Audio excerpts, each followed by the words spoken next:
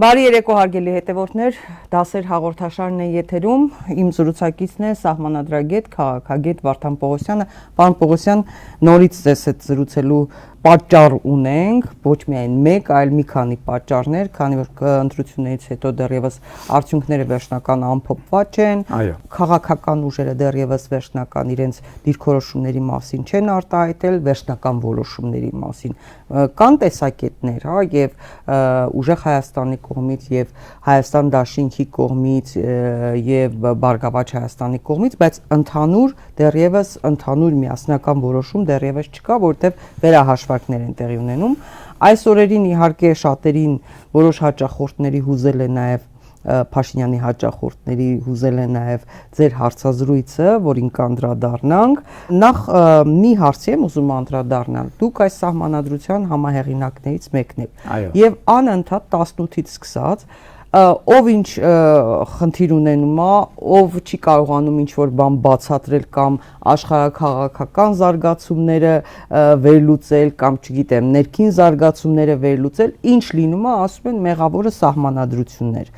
Օրինակ, հեղափոխություն եղավ, որովհետև պատճառը սահմանադրությունն էր։ Այս սահմանադրությունը, եթե խորհրդարանական կառավարման անցած չլինեինք, եթե այս փոփոխությունները արված չլինեին, ապա հեղափոխություն չէր լինի։ Այստեղ իհարկե անպայման ուզում եմ նաև ասել, շատերը, որոնք այդ տեսակետի կրողն են, գալիս են նաև ինձ հետ զրույցներում եւ ոչ միայն ինձ հետ, այլ իմ գործընկերների հետ տարբեր ալիքներում, զրույցներում նաև բացատրում են, թե աշխարհաքաղաքական ինչ գործոններով էր պայմանավորված այս հեղափոխությունը, որը իմ կարծիքով ուղղակի գունավոր հեղափոխություն էր, ինչպես Վրաստանում եղավ, ինչպես Ուկրաինայում։ Հիմա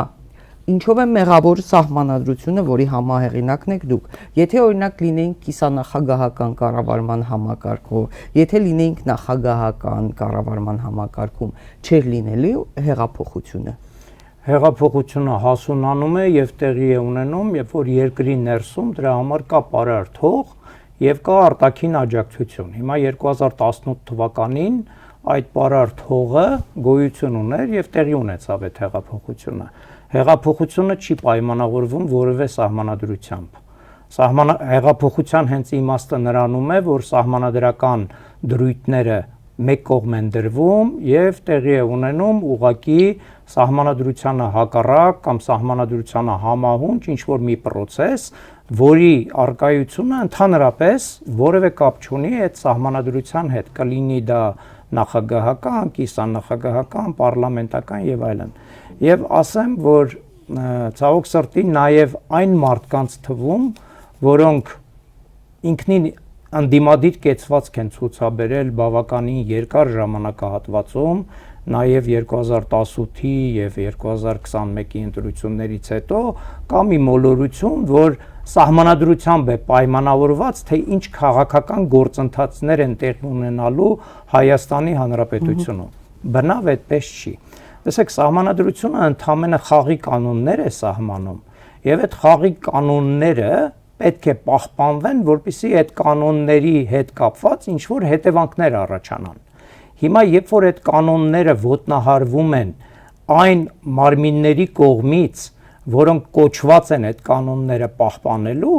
ապա սահմանադրական կարգը դադարում է գոյություն ունենալուց։ Ես վաղուց արդեն մի քանի տարի ասում եմ, որ 2020 թվականի հունիսի 22-ից հետո մեր մոտ սահմանադրական կարգը խաթարվել է, հիմա վերջնականապես տապալվել է, որովհետև այն մարմինը, որը ըստ սահմանադրության կոչված էր ապահովելու սահմանադրականությունը,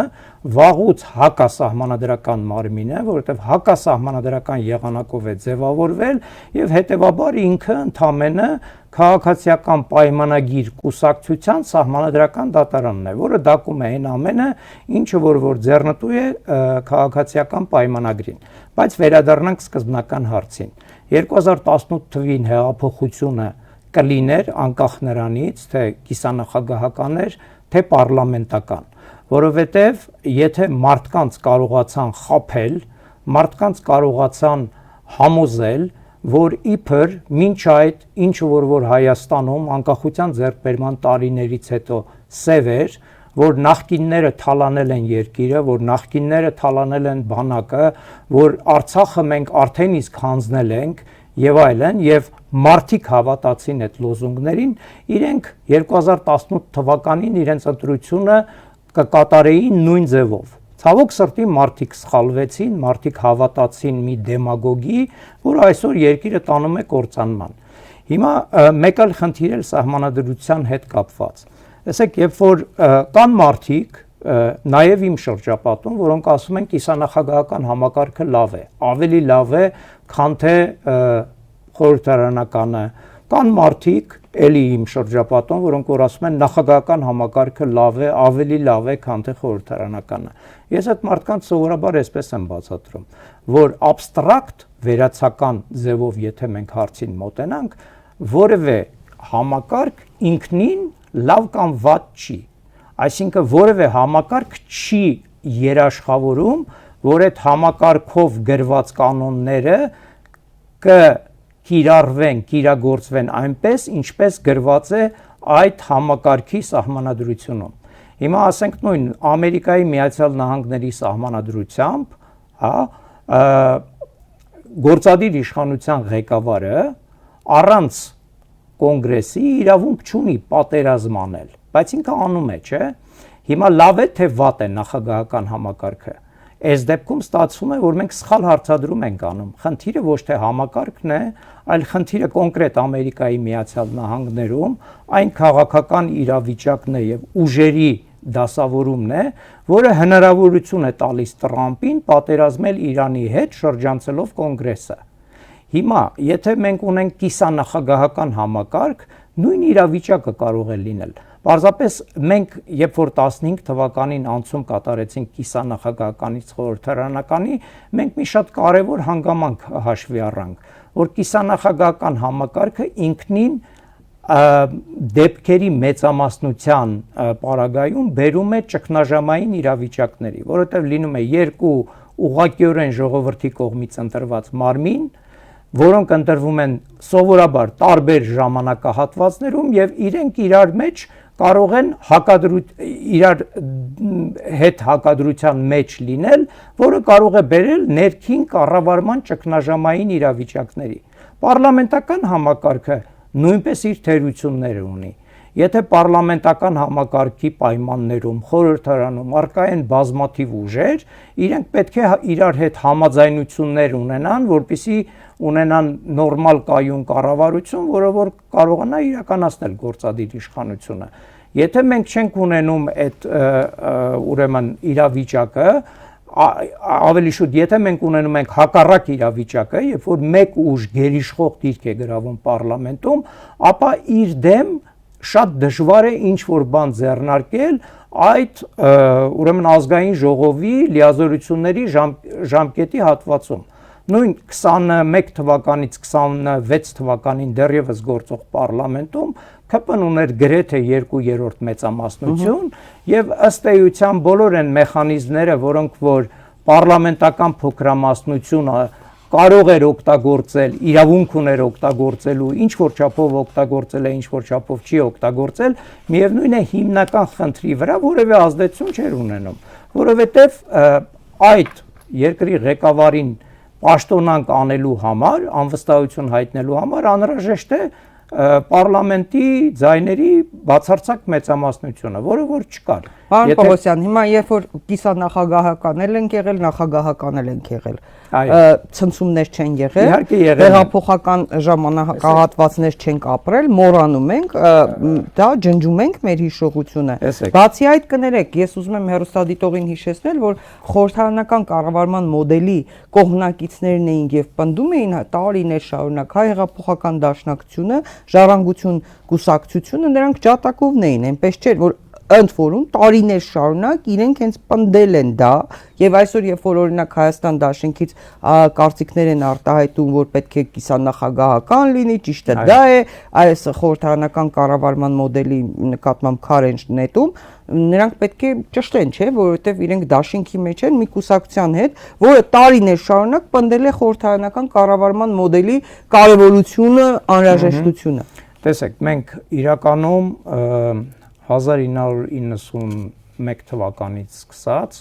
այդ 3 մոդելներն էլ ունեցել ենք։ 91-ից 95 թվականին մենք ունեցել ենք նախագահական կառավարում, ճիշտ է, կար վարչապետ, բայց այդ վարչապետը նշանակվում եւ ազատվում էր նախագահի կողմից, դա այսպես կոչված ադմինիստրատիվ վարչապետ էր։ Կար նախագահ, որին որ ժողովուրդն էր ընտրում, որի լիազորությունների ժամկետը 5 տարի էր, իրեն չէր կարող անվստահություն հայտնել որևէ ձևով, իրեն կարող է իր իմպիչմենտի ենթարկել, եթե ինքը քրեական հանցագործություն էր գործում։ Եվ դրա համար անհրաժեշտ էր պարլամենտում 2/3 մեծամասնություն։ Հիմա, երբ որ Լևոն Տեր-Պետրոսյանը 91 թվականին ընտրվեց նախագահ, շատ լեգիտիմ ընտրությունների արդյունքում, բավականին ձայների մեծամասնությամբ, ինքը 94-5 թվականին առնվազն արդեն ուներ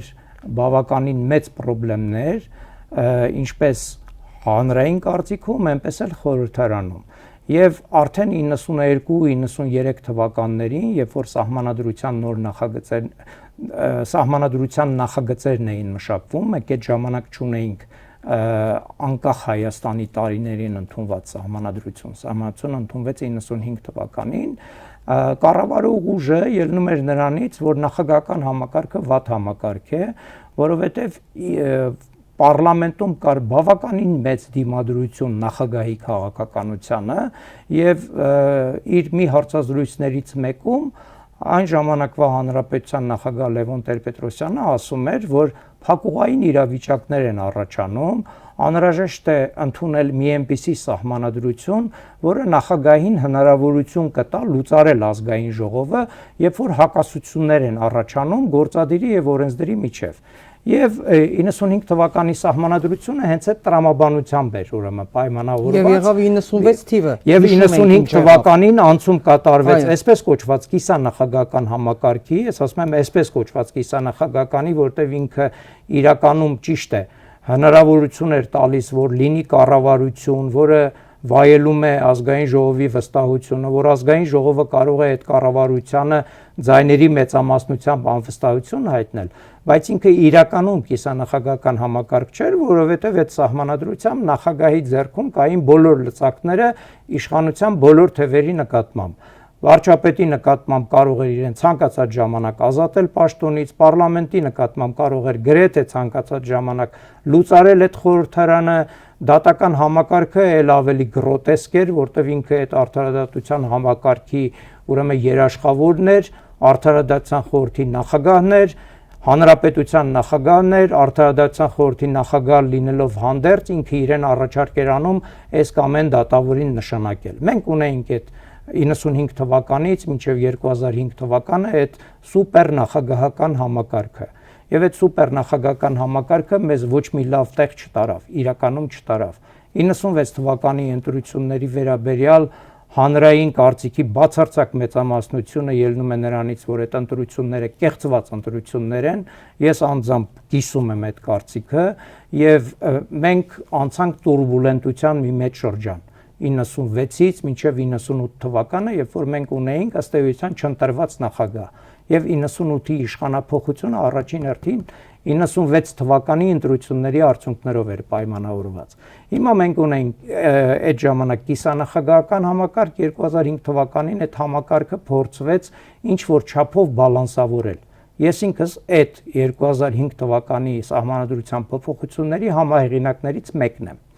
Որոշիչ դերակատարում չեմ ունեցել, բայց տեքստը գրելիս, փաստարկներ բերելիս, թե ինչու է այսպես, այլ ոչ թե այնպես եւ այլն, ես եղել եմ այդ խմբի կազմում, հա։ Հիմա այդ համակարգը կարող էր գործել, եթե մենք 100%-ով վստահ լինեինք, որ պարլամենտը եւ պարլամենտի մեծամասնությունը, որը առանձին էր ընտրվում որպես ազգային ժողով, եւ հանրապետության նախագահը, որը որ այլ ժամանակ էր ընտրվում, քան թե պարլամենտը, իրար հետ միշտ լեզու կգտնեն եւ իրար հետ միշտ կաշխատեն։ Հիմա եթե կիսանախագահական համակարգում մենք ունենում ենք մի այնպիսի իրավիճակ, որ նախագահը մի բան է ուզում, պարլամենտական մեծամասնությունը մեկ այլ բան, մենք ունենալու էինք պերմանենտ հակասություններ ու պերմանենտ քաղաքական ճգնաժամեր։ Եվ 2015 թվականի սահմանադրությունը ըստ էության մշակման ժամանակ մշակողները ունեին երկու ալտերնատիվ կամ կիսանախագահական համակարգի շրջանակներում այնպես անել, որ այդ տարբեր ժամկետները ընտրությունների այնպես անել, որ դրանք համընկնեն, որպեսզի այդ հակասությունները չառաջանան, կամ գնալ ավելի պարզ ու հասկանալի ճանապարհով։ Ժողովրդին հնարավորություն տալ ընտրելու խորհրդարան եւ այդ խորհրդարանի ընտրության միջոցով միաժամանակ հասնել նրան, որ ընտրվում է նաեւ ըստ էության երկրի վարչապետը։ Եվ այդ տարբերակը ընտրվեց։ Հիմա նրանք, ովքեր որ ասում են եկեք կիսանախագահական համակարգին վերադառնանք կամ կիսանախագահական համակարգ ստեղծեն, իրենք մինչև հիմա որևէ պատասխան չեն տվել այն հարցին, թե իրենք ինչպես են կարողանալու լուծել այսպես կոչված համակեցության կոաբիտացիոնի խնդիրը, որը բազմաթիվ այլ երկրներում առաջացել է եւ լուծում չի գտել։ Ֆրանսիացիները օրինակի համար բազմաթիվ վատ փորձառություններից հետո, երբ որ վարչապետն ու նախագահը իրար հետ կռիվ էին տալիս, թե ով է Ֆրանսիան, հա, ով պետքա գնա էսկամեն միջազգային համաժողովի, ի վերջո եկան մի տարբերակի, որ իրենք ընտրությունները նախագահի եւ խորհրդարանի անցկացնում են ժամանակագրական առումով շատ սեղմ շրջակայքում, ասենք մի քանի ամիս հետո պարլամենտի ընտրություն, մի քանի ամիս հետո նախագահի ընտրություն, որպեսզի այդ ընթացքում հանրային կարծիքը չփոխվի եւ պարլամենտի մեծամասնությունն ու նախագահի քաղաքական ուժը իրար հետ համընկնեն։ Բայց նույնիսկ այդ պարագայում որևէ մեկը երաշխավորություն չի կարող տալ, որ նույնիսկ այդ ժամանակահատվածում նախ հասարակական կարծիքը չի փոփոխվի, մեկ, եւ երկրորդը, եթե կա պարլամենտը լուծարելու ինստիտուտ, իսկ Ֆրանսիայում դա կա եւ կիսանախագահական բոլոր համակարգերում դա կա, եթե նախագահը հանկարծ որոշում է, որ ինքը չի կարողանում պարլամենտի մեծամասնության հետ աշխատել եւ այդ պարլամենտը լուծարում է, ուրեմն այդ ժամանակագրական փոքր միջակայքերը այլևս որևէ դեր չեն խաղալու ապագայի համար։ Այսինքն չկա ինստիտուցիոնալ լուծում այդ խնդրին։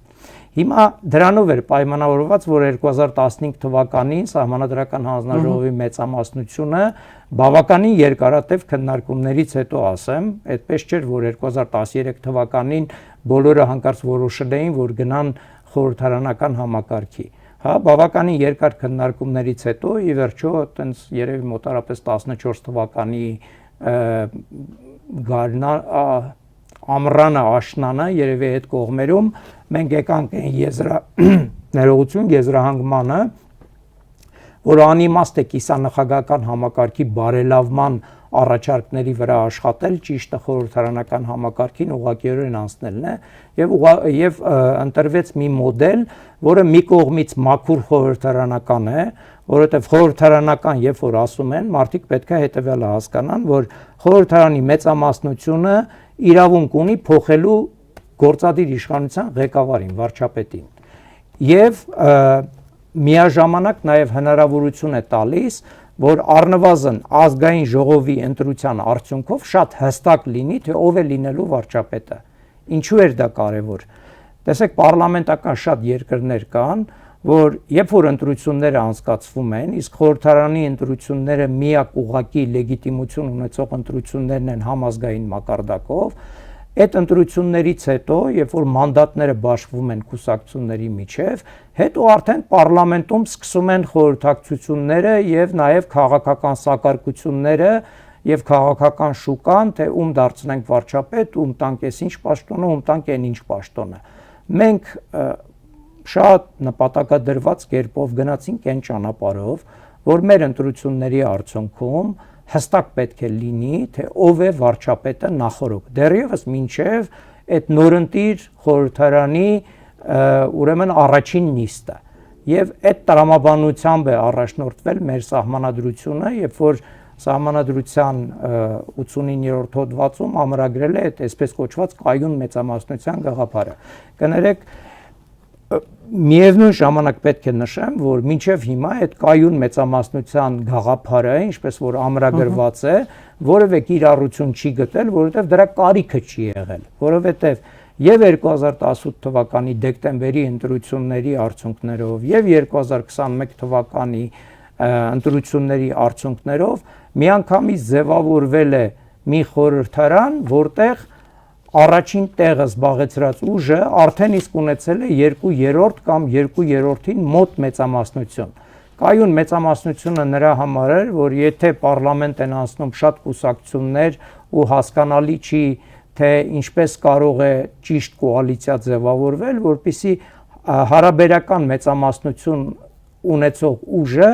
մի փոքր ավելի շատ մանդատ ստանա, քան թե ինքը կստանար, եթե ուղղակիորեն իր ստացված ձայները վերածվեին քաղաքական մանդատների։ Հիմա այդ ամենը շատ երկար ստացվեց, մի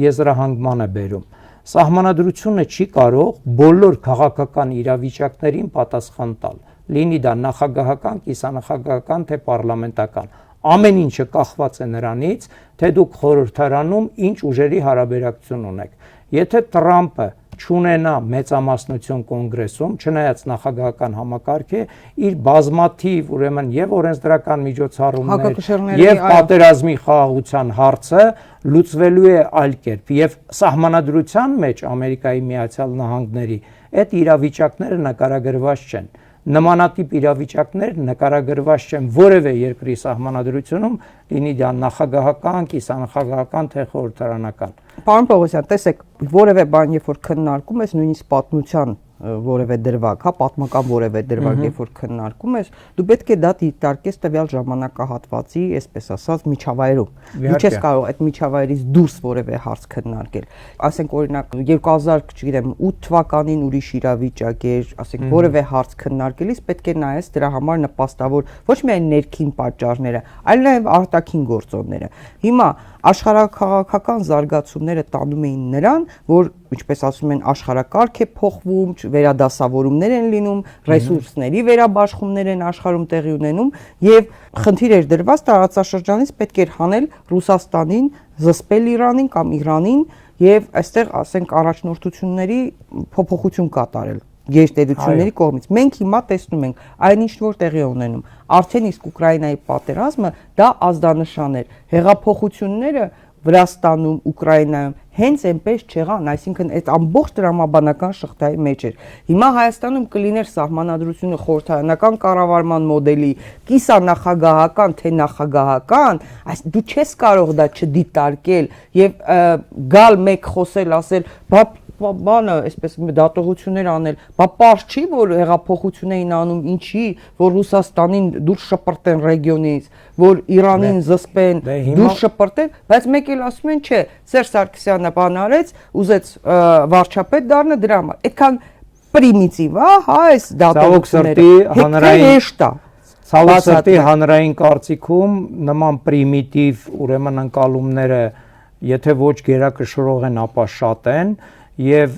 եթե հանրային կարծիքը իսկապես ձևավորված լիներ ճիշտ ինֆորմացիայի արդյունքում, այլ ոչ թե մանիպուլյացիաների, որոնք որ տարիներ շարունակ այսպես հեղեղի նման հասցվել են հանրությանը, ես կարծում եմ, որ մենք 2018 թվականին այդքան խապվածների բանակ էլ չէինք ունենա։ Գոնե երկրի ներսում, բայց նպատակը եւ ինչու էր պետք արծակը։ Գոնե երկրի ներսում, բայց ակնհայտ է, որ այն ամենը ինչ որ դուք նկարագրեցիք արտաքին միջամտության եւ արտաքին քաղաքական ուժերի նպատակների տեսանկյունից, դա վճռորոշ նշանակություն ունեցավ Հայաստանի ճակատագրի վրա 2018 թվականից սկսած եւ հիմա մենք եկել ենք մի հանգրվանի, որտեղ Հայաստանը արդեն վերջնական ընտրության առաջ է կանգնեցված երկու կենտրոնների կողմից, կամ արևմուտք, կամ արևելք։ Երբ որ 2018 թվականի գունավոր հեղափոխությունը տեղի ունեցավ, արևմուտքը կարողացավ այս 8 տարիների ընթացքում ռուսաֆոբության մակարդակը բարձրացնել այն աստիճանի, որ մարդիկ այսօր նույնիսկ որևէ վտանգ չեն զգում այն պատմական թշնամիներից, որոնք մեր երկու հարևաններն են, եւ դրանք ոչ թե միայն պատմության հիշողություն են, այլ ուղղակի մեր այսօրվա սերունդների վերապրածը 2020 թվականի պատերազմը Ադրբեջանը հաղթել է Թուրքիայի ուղղակի եւ անուղղակի աջակցությամբ եւ մինչեւ հիմա ոչ Ադրբեջանը, ոչ Թուրքիան չեն թաքցնում իրենց իրական նպատակները Հայաստանի Հանրապետության հետ կապված։ Հիմա այս պարագայում, երբ որ պես կոչված արևմուտք-արևելք գաղափարական, արտաքին քաղաքական հակամարտությունն է մեր քաղաքական եւ հասարակական շրջանակներում դիտարկվում, մարդիկ պետք է ուղղակիորեն հասկանան, որ այստեղ արևմուտք չկա։ Արևմուտքը այստեղ մեր տարածաշրջանում ներկայացված է երկու ուժով՝ Ադրբեջանով եւ Թուրքիայով։ Եվ իրականում ընտրությունը, եթե արտաքին քաղաքական, այսպես ասենք, պարզ ալտերնատիվն ենք դիտարկում, ընդհանրապես նրա մեջ է, թե դու ընտրում ես թուրքական կողմնորոշումը, թե դու ընտրում ես այն կողմնորոշումը, որը որ քո ինքնիշխանությունը կարող է տվյալ պայմաններում ավելի արդյունավետ ձևով իրագործել։ Այսօրվա պայմաններում այդ ընտրությունը, եթե դու չես գնում թուրքական կողմը, Ռուսաստանն ու Իրանն են։ Ուրիշ որևէ երկիր չկա, որը շատերին թված իրենք մերժում են Սերժ Սարգսյանին։ Ոչ, իրենք մերժեցին Արցախը։ Հիմա մենք միաժամանակ ասացինք, իրենք մերժեցին Արցախը, վստահ եմ, որ այդ մերժողների բավականին մեծ մասը չէր գիտակցում, որ դա այդպես է, բայց պատմությունը ցույց տվեց, որ հենց դա էր։ Եվ եթե հիշում եք Բոլտոնի այցելությունը, Բոլտոնի մեսիջները հայ հանրությանը, շատ պարզ էր, Իրանի մասով, Ռուսաստանի մասով։ Հիմա Նիկոլ Փաշինյանը շատ ուղղակիորեն առանց որևէ հետևանքների ուղղակիորեն հրամցնում է Հայաստանի հանրությանը, այսպես կոչված իրական Հայաստանի հայեցակարգով։ Եվ այս մեր էքսկուրսը եւս մեկ անգամ ցույց է տալիս, որ մեր հանրությունը պետք է մի պարզ բան, մի պարզ ճշմարտություն իմանա։ Կառավարման համակարգերը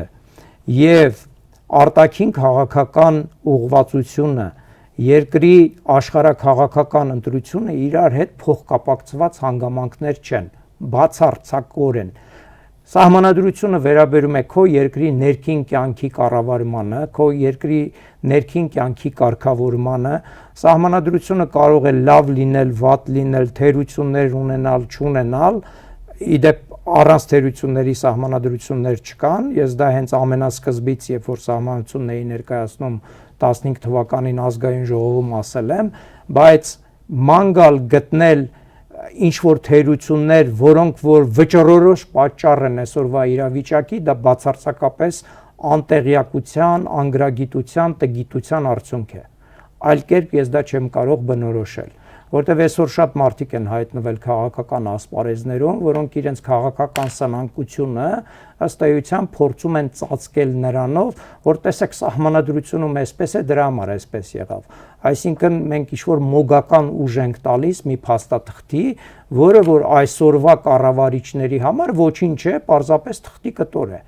Եվ նորից եմ կրկնում, այն շահարկումները, որոնք այսօրվա իրավիճակում արվում են սահմանադրության հետ կապված, որևէ առնչություն չունեն այն բանի հետ, թե ինչ է գրված սահմանադրությունում եւ որևէ առնչություն չունեն այն բանի հետ, թե ինչու է այսօր իշխանությունը բացարձակորեն արհամարում է սահմանադրությունը եւ կառավարում ըստ էության բացարձակ միապետության կանոնները։ Սրա վտանգը նրանում է, որ նորից մարդկանց մանիպուլացնում են, ինչպես 18 թվականին, ընդ որում էս նույն մարդիկ։ Իհարկե։ Էս նույն մարդիկ նույն ձևով մանիպուլացնում են, այսինքն իրենք ուզում են բանանել, որ Սերժ Սարգսյանի երրորդ ժամկետ, չգիտեմ, էս բաները գցելով, որ այ դա էր պատճառը, եթե դա չլիներ, հեղափոխություն չլիներ։ Այսինքն ու հետո գնում են ուրիշ տաղավարներում, մեծ սկսում են աշխարհաքաղաքականությունից դատողություններ անել։ Ուղղակի այդ ժամանակ 18 թվականին եւ Սերժ Սարգսյանը, եւ Արմեն Աշոտյանը, եւ Էդուարդ Շարմազանովը, հա իշխող ուժի այն ժամանակ հանրապետական կուսակցություն, նրանք ասում էին դա Սերժին, դրանով Սերժին չեք մերժում։ Դուք սա Արցախի մասին է, զգուշացնում էին, որ սա լրիվ ուրիշ մեծ գլոբալ խաղ է, հա, եւ ուզում եմ հասկանալ պատճառը, որ հիմա էլ են սա մանիպուլացնում։ Անդրադառնալու ենք իհարկե այս մանդատների վերցնել չվերցնելուն նորից, որովհետեւ սա հիմա քննարկվում է։ Ես ուզում եմ անդրադառնալ մի պերսոնաժի, հիմա այս պերսոնաժի հետ կապված մի տեսանյութ ընդամենը կխնդրեմ ներկայացնեն, հա, կիմանաք այդ ում մասին է խոսքը, հա, այս Նիկոլ Փաշինյանի հաճախորդն էր 44-օրյա պատերազմից հետո հարգելի հետևորդներ Էդմոն Մարուքյանը ինքը պաշտոն վերցրեց Նիկոլ Փաշինյանից եւ կհիշեցնեմ ինչեր էր ասում։ Այսօր էլ վարչապետին է հրավիրել, էլի նույն թեմայով։ Էլի սուրճ։ Այո, էլի զրուցել ենք եւ սուրճ ենք։ Այս պահին ես մտահոգություն չունեմ Արցախի հիմնախնդրի հետ կապված, առայն այն ինչ որ Հայաստանում անդադար շարժվում է։ Պաշտպանում ենք կառավարության եւ Փաշինյանի այն եղած շահարկումները, որոնք կան, դրանք բոլորը ինձ համար եւ ի սկզբանե փառատված էին եւ հիմա էլ առավել եւս փառատված են։ Որ Այսինքն վարչապետից հստակ պատասխան է։ Ասենք բանը սեղանի տակ, սեղանի կողքին։ Ես զորապ մնացականին եմ հավատում։ Ես հավատում եմ Հայաստանի արտգործ նախարարին։ Մինչ օրս անմնացորդ պաշտպանում ենք Փաշինյանի կառավարությանը եւ վարչապետին։ Փաշինյանի ելույթը բավականին համապարփակ ելույթ էր եւ նաեւ կարեւորում եմ, որ գրված ելույթ էր, այսինքն հստակ մտածված, հստակ շեշտադրումներով, հստակ ուղերձներով եւ երևի թե առաջին անգամ համակարգված ձևով նոր իշխանությունը Հայաստանի Արցախի հարցում հղեց ուղերձ։ Հիմա հարգելի հետևորդներ, այս նույն պերսոնաժը ուրեմն 22 թվականի ապրիլի 20-ին վերջին անգամ եղավ իմ տաղավարում պրեսինգ հաղորդաշարի ընթացքում եւ այսպես կուրծքեր ծեծում թե ինչու պետք է նշաձողը իջեցնել Արցախի հարցում բառացի մեջ բերում եմ նրա խոսքը երբ որ նրան հարց տվեցի Նիկոլ Փաշինյանը պարլամենտում հայտարարել էր որ միջազգային հանրությունը ստիպում է իջեցնել Արցախի կարգավիճակի նշաձողը Էդմոն Մարուքյանին այսինքն Նիկոլ Փաշինյանի հատուկ հանձնարարություններով դեսպանին ես ուղիղ հարց տվեցի որ երկրներն են պահանջել իջեցնել նշաձողը Ռուսաստանը, Ամերիկայի Միացյալ Նահանգները, Թուրքիան, Ադրբեջանը, Մեծ Բրիտանիան, Ֆրանսիան, Եվրոպան, ով է եղել այդ պահանջողը։ Էդմոն Մարուքյանը բառացի ասել էր։ Նիկոլ Փաշինյանի ելույթում հստակ ասվում էր միջազգային հանրությունը մեզ ասում էր ձեր նշաձողը եթե իջեցնեք կունենաք միջազգային աջակցություն կոնսոլիդացիա ձեր շուրջ, ձեր խնդրի Եթե չիջեցնեք կներեք մեզ, ձեզ չենք կարող օգնել։ Ով է այդ միջազգային հանրությունը առաջին հերթին ԵԱՀԿ Մինսկի խմբի համանախագահ երկրներն են։ Երկրորդ Եվրոպական միության անդամ տարբեր պետություններ։ Այսինքն քաղաքակիրթ աշխարհը ասում է ժողովուրդ ջան, անիրատեսական նպատակ եք դրել ձեր առաջ 30 տարի զրկանքների միջով եք անցել, հիմա եկել է մի իրավիճակ, հիմա կամ մենք փորձում ենք ինչ-որ ձևի վերաիմաստավորել մեր բանակցային process-ը եւ դա առաջարկվել է խոսքը գնում է իրավունքներից դեպի կարգավիճակ, ոչ թե կարգավիճակից դեպի իրավունքներ, կամ շարունակում ենք այն, որ բաներ ենք ասել, որին մենակ մենք ենք հավատում։ Սա իր խոսքերն են, հա, կուրծքեր ծեծում, թե ինչու պետք է նշաձողը իջեցնենք Արցախի հարցում։ Եվ նաև պարոն Պողոսյան, քանի որ մեր հարցազրույցից ինքը հատվածներ են, այլ չկա անում էլի ամբողջական երևի բանի մեջ պատկերը ընկալի, մաս ինչ որ շորթերից բաներ է նայել ու ամենագրեհիկ բառապաշարով, այսպես էլի ժողովուրդ ջան sense բացատրելով, կներեք, բայց ձեզ անվանարկում է, ձեզ եւ Հրայր Թովմասյանին 1000 ներողություն եւ պրիդուրկ է անվանում ասենք սա, հա, այս մարդը, որ 15 թվականին խաբեբաների մի խմբակ էիք, խաբեցիք այս ժողովրդին, այս սահմանադրությունը գրեցիք, ասում եմ ժողովուրդ այս մարդու գրած սահմանադրությամբ, նայեք, ինքն է պնդում, որ ընտրությունով իշխանությունը չի փոխվում, այդպես է հասկացել ձեր ասածը, հա, երբ որ ասում եք, որ մանդատները վերցնել եւ կարելի է եւ փողոցով դե իմ ասածը հասկանալու համար խելք պետք է ունենալ, ինչ ասեմ խելք պետք է ունենալ իմ ասածը հասկանալու համար։ Հիմա ինքը կամ ընդհանրապես որևէ բան չի հասկանում այդ սահմանադրությունից, ենթադրում եմ, որ չի հասկանում։ Բայց մյուս կողմից էլ ինքը մի հատ դեմագոգ ճամբարափոխ մարդ է, չէ՞։ Քանի ճամբար է փոխել։ Քանի անգամ է քանի 30-ի էլի սա ասել։ Ինքը իրեն կլասիկ падգամավոր էր մոտավորապես, չէ՞, բնութագրում։ Հիմա ինքը կլասիկ ճամբարափոխ է։ կլասիկ ճամբարափոխ, որի քաղաքական Բայց ինչ իմանանք գործունեության հիմա չի Նիկոլի բադը շահերը սպասած հանրությունը տվել է եւ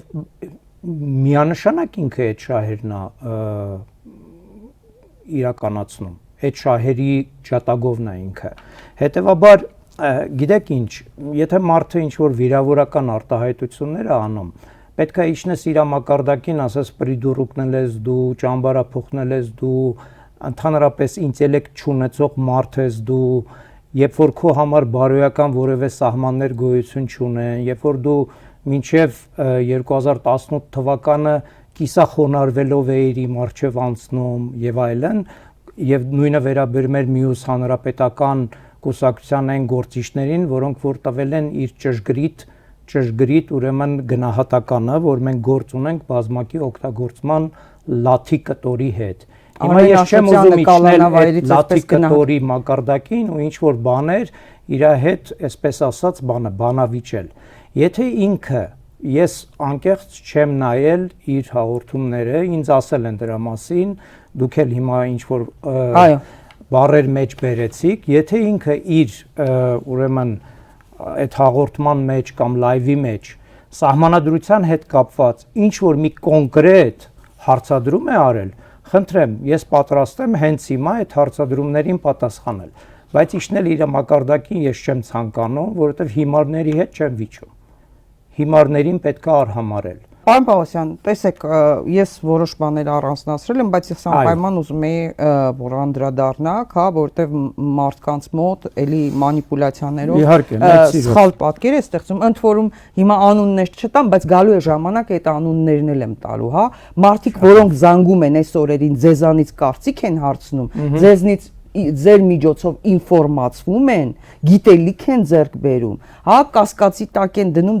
ձեր ասածները եւ ես հետո եմ անդրադառնալու անվանական, դեռ պետք է վերջնականապես հասկանամ, թե այդ մարդիկ, տյոտյաներն ու դյադյաները ինչի են ոտքի տակ ընկել ու ինչ խնդիր են ուզում լուծել սրանով, կանդրադառնամ հետո։ Հիմա ասում են այս սահմանադրությունը սուպեր վարչապետական սահմանադրություն է, դուք այնպես եք գրել հեղինակներդ, որ որևէ ձևով հնարավոր չլինի ընտրությունով իշխանություն փոխել։ Ուրեմն փաստարկը որևէ ողջամտության նշան չունի, որովհետև եթե ասում են սուպեր վարչապետական եւ դրա տակ հասկանում են այն լիազորությունները, որոնք որ սահմանադրությամբ վերապահված են վարչապետին, ապա իրենք թող բարի լինեն, բացեն սահմանադրությունը եւ տեսնեն, թե ինչ լիազորություններ ունի վարչապետը։ Հայաստանի Հանրապետության վարչապետը ըստ սահմանադրության ունի այնքան լիազորություններ, որոնք ունի ցանկացած խորհրդարանական երկրի, այլ խորհրդարանական երկրի վարչապետ կամ ցանկացած նախագահական կամ կիսանախագահական երկրի նախագահ, այսինքն իր լիազորությունները այնքան չեն, որ մենք կարողանանք ասել, որ կա սուպեր վարչապետական ինչ-որ կառավարման համակարգ։ Ընդհանրապես, երբ որ մենք հիմա ակադեմիական հաստատում, երբ որ վարչապետական կամ սուպեր վարչապետական համակարգի մասին ենք մենք խոսում, մենք պետք է երկու բան տարբերակենք։ Մեկը ինչն են լիազորությունները, որոնք որ գրված են թղթի վրա, այսինքն սահմանադրության մեջ, եւ թե իրական կյանքում, պրակտիկայում այդ լիազորությունները ոնց են օգտագործվում, ինքը օգտվում է մենակ այդ լիազորություններից, թե դրան գումարում է, քանի որ ունի այդ հնարավորությունները փաստացի, նաեւ այն լիազորությունները, որոնք ունեն օրինակի համար պարլամենտը, դատարանները, այլ պաշտոնատար անձինք։ Հիմա եթե մենք խոսում ենք փաստացի իրավիճակի մասին, մենք այսօր ունենք սուպեր վարչապետական համակարգ, որտեղ Փաշինյանն ասում է կառավարությունը ես եմ։ Մեր սահմանադրությունն ասում է, որ չէ, կառավարությունը դու չես, կառավարությունը բաղկացած է վարչապետից, փոխվարչապետներից եւ նախարարներից, եւ դրանցից յուրաքանչյուրը ինքնուրույն է իր ոլորտի քաղաքականության մեջ, կառավարության ընդհանուր ծրագրի շրջանակներում։ Մենք նույնիսկ նման իրավազորություն չենք տվել վարչապետին, որ ինքը միայնակ իրավասու լինի խոսելու կառավարության անունից։ Բայց այս մարդը ասում է ես եմ կառավարությունը։ Ինչ որ մեկը եթե հանկարծ մի միլիմետր այս կամ այն կողմ հայտարարություններ անի, որոնք որ իր անձնական ուրեմն քիմքին չհամապատասխանի, ինքը սկսում է ասել, որ կառավարությունը ես եմ։ Հիմա ինչ վերաբերում է ընտրությանը, որտեղ լիազորությունը կապ չունի ընտրության հետ։ Փաշինյանը կեղծել է այս ընտրությունները, իմ համար սա ակնհայտ է։ Եթե այս պարլամենտը գոյություն ունենա, այն ձևով, ինչպես որ նախնական արդյունքներով է ամփոփվել, կամ վաղը պետք է արդեն վերջնական արդյունքները հայտարարվեն, այդ պարլամենտը ոչ լեգիտիմ պարլամենտ է, որովհետև բացարձակապես անարդար եւ անազատ ընտրությունների արդյունքներով է ձևավորվել։ Հիմա հարց է առաջանում, այդ լիազորությունները, որոնք որ սահմանադրությունում գրված են, ու շատ սահմանափակ են, այդ լիազորություններն էին մեղավոր, որ Փաշինյանը կարողանում է ընտրություններ կեղծել, թե այն ամբողջ գործիքակազմը, որը որ ինքը նախորդ ընտրությունների արդյունքում ստանալով համարյա 2/3 մեծամասնություն ձևավորել է մի այնպիսի ուրեմն օրենսդիր մարմին, ձևավորել է մի այնպիսի դատական համակարգ, ձևավորել է մի այնպիսի սահմանադրական դատարան, ձևավորել է մի այնպիսի քննչական մարմինների համակարգ, մի այնպիսի դատախազություն, որը որ ամբողջությամբ միաձայն կատարում է իր ցուցումները։ Եթե մենք վերցնում ենք սահմանադրական դատարանը, այսօր արդեն երևի մի դատավոր կա, որը որ չի ընտրվել ՔՊ-ի կողմից, կամ ՔՊ-ի կողմից 2018 թվին իշխանությունը վերցնելու ժամանակահատվածում։ Գլխավոր դատախազին ինքն է նշանակել, կենտրոնական ընտրական հանձնաժողովի անդամներին ինքն է նշանակել եւ այսպես շարունակ, ել չասած քննչական մարմինների մասին, դատարանների հետ կապված բարձրագույն դատական խորհրդի կազմը ամբողջությամբ ՔՊ-ական մեծամասնության կողմից ընտրված ուրեմն կազմ է եւ այլն եւ այլն։ Հիմա հարց, եթե լիներ նախագահական համակարգ ու Փաշինյանը լիներ նախագահ, ինչ որ բաներ դրանից փոխվելու։ Եթե պարլամենտում ժողովուրդը 2018 թվականին իրեն չտար այդքան մեծամասնություն, որտեղ ընտրությունները համատաբար արդար էին, 2021 թվականին չտար այդպիսի մեծամասնություն, որտեղ ընտրությունները համատաբար արդար էին եւ խախտումների ծավալը այն ժամանակվա այսօրվա ընտրությունների հետ ընդհանրապես որևէ հարաբերակցության մեջ չեն գտնվում, եթե 21 թվականին ինքը չունենար այդ մեծամասնությունը, ինքը կարող էր 26 թվականին հասնել դրան, բայց ինքը այս 26 թվականի ընտրությունները կեղծել է ոչ թե այն պատճառով, որ իր լիազորությունները սահմանադրությամբ հանկարծ մեծացել են 21 թվականից հետո, այլ նույն սահմանադրության պայմաններում։ Հետևաբար եկեք պատճառն ու հետևանքը իրար հետ չխառնենք։ Ի վերջո ընտրության 21 թվականի կատաստրոֆիկ ընտրության պատճառով էր, որ ինքը ունենալով գրեթե 2/3 մեծամասնություն կարողացավ ամբողջ ուրեմն իշխանական համակարգը դնել, ծառայեցնել իր շահերին։ Դրան նախորդող կարևորագույն իրադարձությունը 2020 թվականի հունիսի 22-ին սահմանադրության փոփոխությունն էր։ Սահմանադրությունը փոփոխվեց գրեհի կոպիտ հակասահմանադրական եղանակով, սահմանադրության այն դրույթը, որով որ կազմալուծվեց սահմանադրական դատարանը, ընդհանրապես հնարավոր չէր փոփոխել ըստ սահմանադրության։ Այդ հոդվածին չէր կարելի մոտենալ մղոններով, որովհետև այդ հոդվածը, որը որ իրենք փոփոխեցին, արդեն իր դերը կատարել էր եւ ասել էր, որ նախորդ սահմանադրական դատարանը այնպես ինչպես որ ինքը կա նոր խմբագրությամբ սահմանադրության ուժի մեջ մտնելուց հետո պետք է շարունակի պաշտոնավարել։ Իրենք փոխեցին մի հատ հոդված, որը որ վաղուց արդեն իրագործված էր։ Եվ երբ որ այդ սահմանադրության հակասահմանադրական փոփոխությունը այն ժամանակվա խորհրդարանական ընդդիմությունը փորձեց վիճարկել սահմանադրական դատարան, հենց այս կլասիկ պրիդուրկներ, որը որ իր ձայները չտվեց, որպեսզի դիմեին սահմանադրական դատարան, որը որ դեռևս 5 կազմով էր գործելու, որպեսզի հակասահմանադրական ճանաչեին այդ փոփոխությունները։ Այս պետք է հիշեցնել անընդհատ ժողովրդին, թե ով է Էդմոն Մարուքյանը, էլի այս մարդն է, որը նաև նման խնդիր է։ Իդեպ հարգելի հետևորդներ, մի բան էլ հիշեցնեմ, ինձ կներեք, պարոն Պողոսյան, Վանաձորի ընտրված քաղաքապետ Մամիկոն Ասլանյանն էր կալանավայրից դուրս գալուց անմիջապես հետո իմ զրուցակից է եղել եւ այդ օրերին նա հետաքրքիր բան պատմեց, թե ինչպես է Էդմոն Մարուքյանը այս իր դեմ զարգացումներում դերակատարում ունեցել Վանաձոր համայնքի ընտրություններում եւ առհասարակ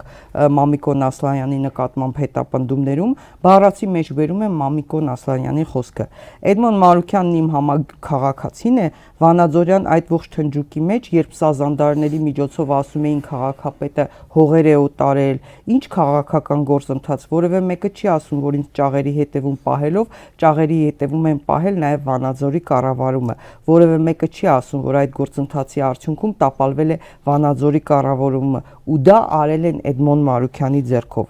Իր կալանավորումից 2 օր առաջ Մամիկոն Ասլանյանը հանդիպել էր Էդմոն Մարուքյանին, մեջբերեմ խոսքը։ Իրենք ընտրությունների արդյունքում ոչ մի մանդատ չէին ստացել, ուզում էին բողոքարկել։ 9 տեղամաս բացեցին, տեսան հաշվարկի ընթացքում իմ ձայներն ավելանում են, իրենցը պակասում, հետո որոշեցին դիմել դատարան։ Ինձ հետ կապ հաստատեցին, պայմանավորվեցինք, որ Էդմոնը չի դիմի դատարան, որովհետև անիմաստ է դատարան դիմելը։ Ես էլ աշխատանքի կտեղավորեմ իր առաջին համարին երջանկահիշատակ մի տղայի շատ կարգին մարդու։ Դրանից 2 օր հետո նորից ինձ հետ կոնտակտի է դուրս եկել Էդմոնը։ Հանդիպել ենք, ասել է ինձ ստիպում են, որ ես դատարան դիմեմ, քեզ էլ կալանավորելու են, եթե իրենց հետ լեզու չգտնես։ Այդպես բաժանվել ենք, բնականաբար լեզու գտնելու խնդիր չկար։ Ես իրենց ասել եմ, դուք պատերազմական ընտրարշավ եք տարել իմ դեմ, ինչ համաձայնության մասին եք խոսում։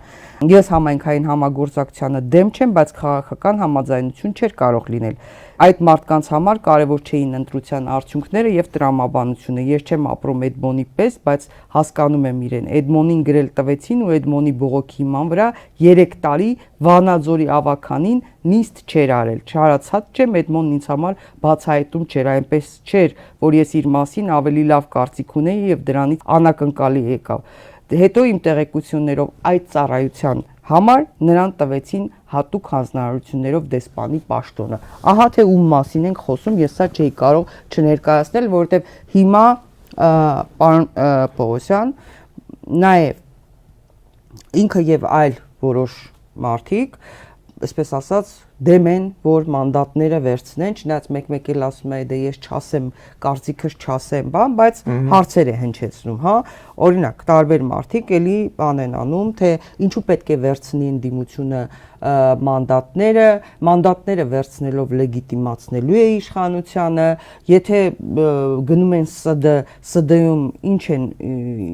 ինչ խնդիր են լուծելու, ՍԴ-ն փաստորեն մերժելու է, ստացվելու է, որ դիմում եք ՍԴ ուղղակի դիմելու համար, որ հետո գնաք էլի մանդատները վերցնեք, հա,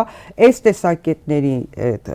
փորձենք, որտեղ այս տեսակետները ոչ միայն ինքն է դերակատարողը, այլ կան, այնուամենայնիվ դաշտ են նետում, ինչու պետք է վերցնեն մանդատները։ Մենք մեր նախորդ զրույցում էլ արձանագրեցինք, որ իշխանությունը մեծ հաշվով չի կրել, որովհետև իր նպատակին բուն 2/3 ունենալու, հա, չի ստացել սահմանադրական մեծամասնություն։ Իրենք նույնիսկ բացարձակ մեծամասնությանը չեն հասել լեգիտիմ ճանապարհով։ Ինչ սահմանադրական մեծամասնության մասին է խոսքը։ Իրականում, եթե մենք ընդհանրական գնահատական տանք այս ընտրություններին, այս ընտրությունները Հայաստանի պատմության մեջ ամենախայտառակ ընտրություններից մեկն են, որտեղ իշխանության լեգիտիմության մասին ընդհանրապես խոսք լինել չի կարող։ Ոնց կարող է լինել ազատ, հավասար ընտրական իրավունքի հիման վրա անցկացված ընտրություն, եթե ընդդիմության լիդերը անազատության մեջ է, եթե ընդդիմադիր, ուրեմն ճամբարի ակտիվիստներից գրեթե 800 հոգի կալանավորվում ու ձերբակալվում են, երբ որ քաղաքական հետապնդումներ են իրականացվում այդ նույն քաղաքական ուժերի այն գործիչների նկատմամբ, որոնք պետք է ընտրական գործընթացում եւ քվեարկության օրը կարևորագույն դեր խաղան իրենց քաղաքական կուսակցությունների աշխատանքները համակարգելու հետ կապված, ինչ ազատ ընտրության մասին կարող է խոսքը լինել, երբ որ իշխանությունը համատարած իր վարչական ռեսուրսը օգտագործելով բազմաթիվ մարդկանց բերել է եւ քվեարկել է տվել իր օգտին, վարչական ռեսուրսի նման չարաշահում երբևէ Հայաստանում չի եղել։ Մենք ունեցել ենք խայտառակ ընտրություններ, ցավոք սրտի մեր պատմության մեջ, առաքելություններ շատ եւ եկեք մի բան էլ չմոռանանք, իհարկե ընտրախախտումները իրենց կատեգորիաներով շատ են, բայց եկեք մի բան էլ չմոռանանք, այն արտաքին միջամտությունը, որը որ տեղի է ունեցել այս ընտրություններին, պարզապես աննախադեպ է։ Նայեք, Ամերիկայի Միացյալ Նահանգների փոխնախագահը եկել է Հայաստան եւ ասել է, որ պետք է Փաշինյանը լինի վարչապետ։ Ամերիկայի Միացյալ Նահանգների պետքարտուղարը եկել է կես ժամանակ այցով Հայաստան, ասել է, որ չէ Փաշինյանին ենք մենք աջակցում։ Եվրոպական համայնքի ղեկավարներից բազմաթիվ մարդիկ, որոնք որ եղել են Հայաստանում, նույն բանն են ասել։ Մակրոնը ուղղակի է կոչ արել Գյումրիում, որ Փաշինյանին դուք քվեարկեք։ Հիմա այս պայմաններում, երբ որ ամբողջ արտաքին, ուրեմն ուժերը Ֆիդանը Թուրքիան, այո, Թուրքիան, Ադրբեջանը, որոնք որ դեռ դրանք անդրադառնանք, սրանք դեռ են եվրոպական քաղաքակիրթ եվրոպական լիդերներն են, որոնց մասին ես խոսեցի։ Հիմա դրան եթե ավելացնում ենք նույն Ֆիդանը եւ նույն Ալիևի հետ պայմանավորվածությունը, որ այս ընթացքում մոռացել է, որ ինքը գործ է ունեցել ուրեմն հարբեցող ծաղրածուի հետ, այսպես էր չէ ինքը բնութագրել Փաշինյանին ժամանակին, հա, հիմա ամբողջ ադրբեջանական մամուլը քարոզչամեքենան իհարկե տխրել են, որ Փաշինյանը սահմանադրական 2/3 մեծամասնություն չի ստացել, որովհետև իր պարտականությունը չի կարող իրականացնել Ալիևի, Ադրբեջանի ու Թուրքիայի հանդեպ, բայց ամեն դեպքում իրենք ուղղակիորեն հրճվանքի մեջ են Փաշինյանի ճակերտավոր հաղթանակի հետ կապված։ Զուլֆուգարովը հայտարարել էր, որ 53%-ին մենք դաստիարակել ենք, հիմա մնում է այն մնացածը։ Հիմա այս պարագայում ինչ որ մեծամասնության մասին խոսելը Փաշինյանի հետ կապված պարզապես ավելորդ է։ Ինքը ոչ միայն սահմանադրական մեծամասնություն չունի, ինքը ընդհանրապես մեծամասնություն չունի, նույնիսկ հայտարարված արդյունքներով։ Հայտարարված նախնական արդյունքներով ինքը 50% չի հավաքել, չէ՞։ Հիմա թիվը չեմ հիշում, 48 քանիս էր կամ 49 քանիս էր, կարևոր չի, այս վերջերս այս 3 հրապարակված թվերով նույնիսկ իր թիվը դառնում է 49 87-88 այդ տոկոսի շրջակայքում, այսինքն ինքը ընտրողների մեծամասնություն էլ չունի, ինքը հայ ժողովրդի մանդատը առավել եւս չունի։ Հիմա այս պարագայում խոսել են մասին, որ պետք է մանդատներից հրաժարվել, գնալ պարլամենտ նշանակում է լեգիտիմացնել ընտրությունները, այդ երկու նախադասությունները իրար հետ պատճառահետևանքային կապի մեջ չեն գտնվում եւ դրանք ասվում։ Նիկոլ թողնենք այն էմոցիոնալ մարդիկ։ Ես իրավաբան չեմ, կարող եմ ես դա ասել։ Երկու ճամբար կա, որոնք որ դա են ասում։ Մի մասին ես շատ լավ հասկանում եմ, իրենք էմոցիոնալ ասում են, որ եւ հիմք ունեն 21 թվականի պարլամենտի փորձառությունը տեսնելով, հիմք ունեն ասելով, որ գիտեք գնալու եք պարլամենտ, կամաց մոռանալու եք, թե դուք ինչի համար եք այդ պարլամենտում, սկսելու եք պարլամենտական խաղերը խաղալ, այցելություններ ունենալ արտասահման, ձեր աշխատավարձը ստանալ, այո, գործուղումներ, այցելություններ արտասահման եւ այլն, մյուս մասը իրականում ջուր է լցնում Նիկոլ Փաշինյանի ջրաղացին։ Երկրորդ մասից սկսեմ։ Ուրեմն Նիկոլ Փաշինյանը հայտարարել է շատ ուղղակիորեն, որ ինքը շատ երջանիկ կլինի, որ 3 ընդդիմադիր ուժերը չմտնեն պարլամենտ, այդ դեպքում ինքը պարլամենտ է մտցնելու իր ուզած պրոքպայական ուժերին եւ ունենալու է 100%-անոց իր համար ներդաշնակ մի պարլամենտ, որտեղ որևէ խնդիր ինքը չի ունենալու, ջանեն ասելու, ջանեն լսելու միմյանց, հա, եւ նույնը ասել է նաեւ ազգային ժողովի խոսնակը, ակնհայտ է, որ տեսեք, այդ սցենարի պարագայում իրենք պետք է ընտրական օրենսգիրքը խախտեն, որովհետև ընտրական օրենսգիրքը նման սցենար թույլ չի տալիս։ Ընտրական օրենսգրքում շատ հստակ է, որ եթե ընդդիմության падգամավորները եւ падգամավորության տեխնացուները տարբեր մեխանիզմներով հրաժարվում են մանդատներից կամ ինքնաբացարկի ուրեմն դիմումներ են տալիս նոտարական կարգով վավերացված, ուրեմն այդ տեղերը մնում են թափուր։ Բայց ակնհայտ է, որ ԿՊ-ն եւ ԿՊ-ական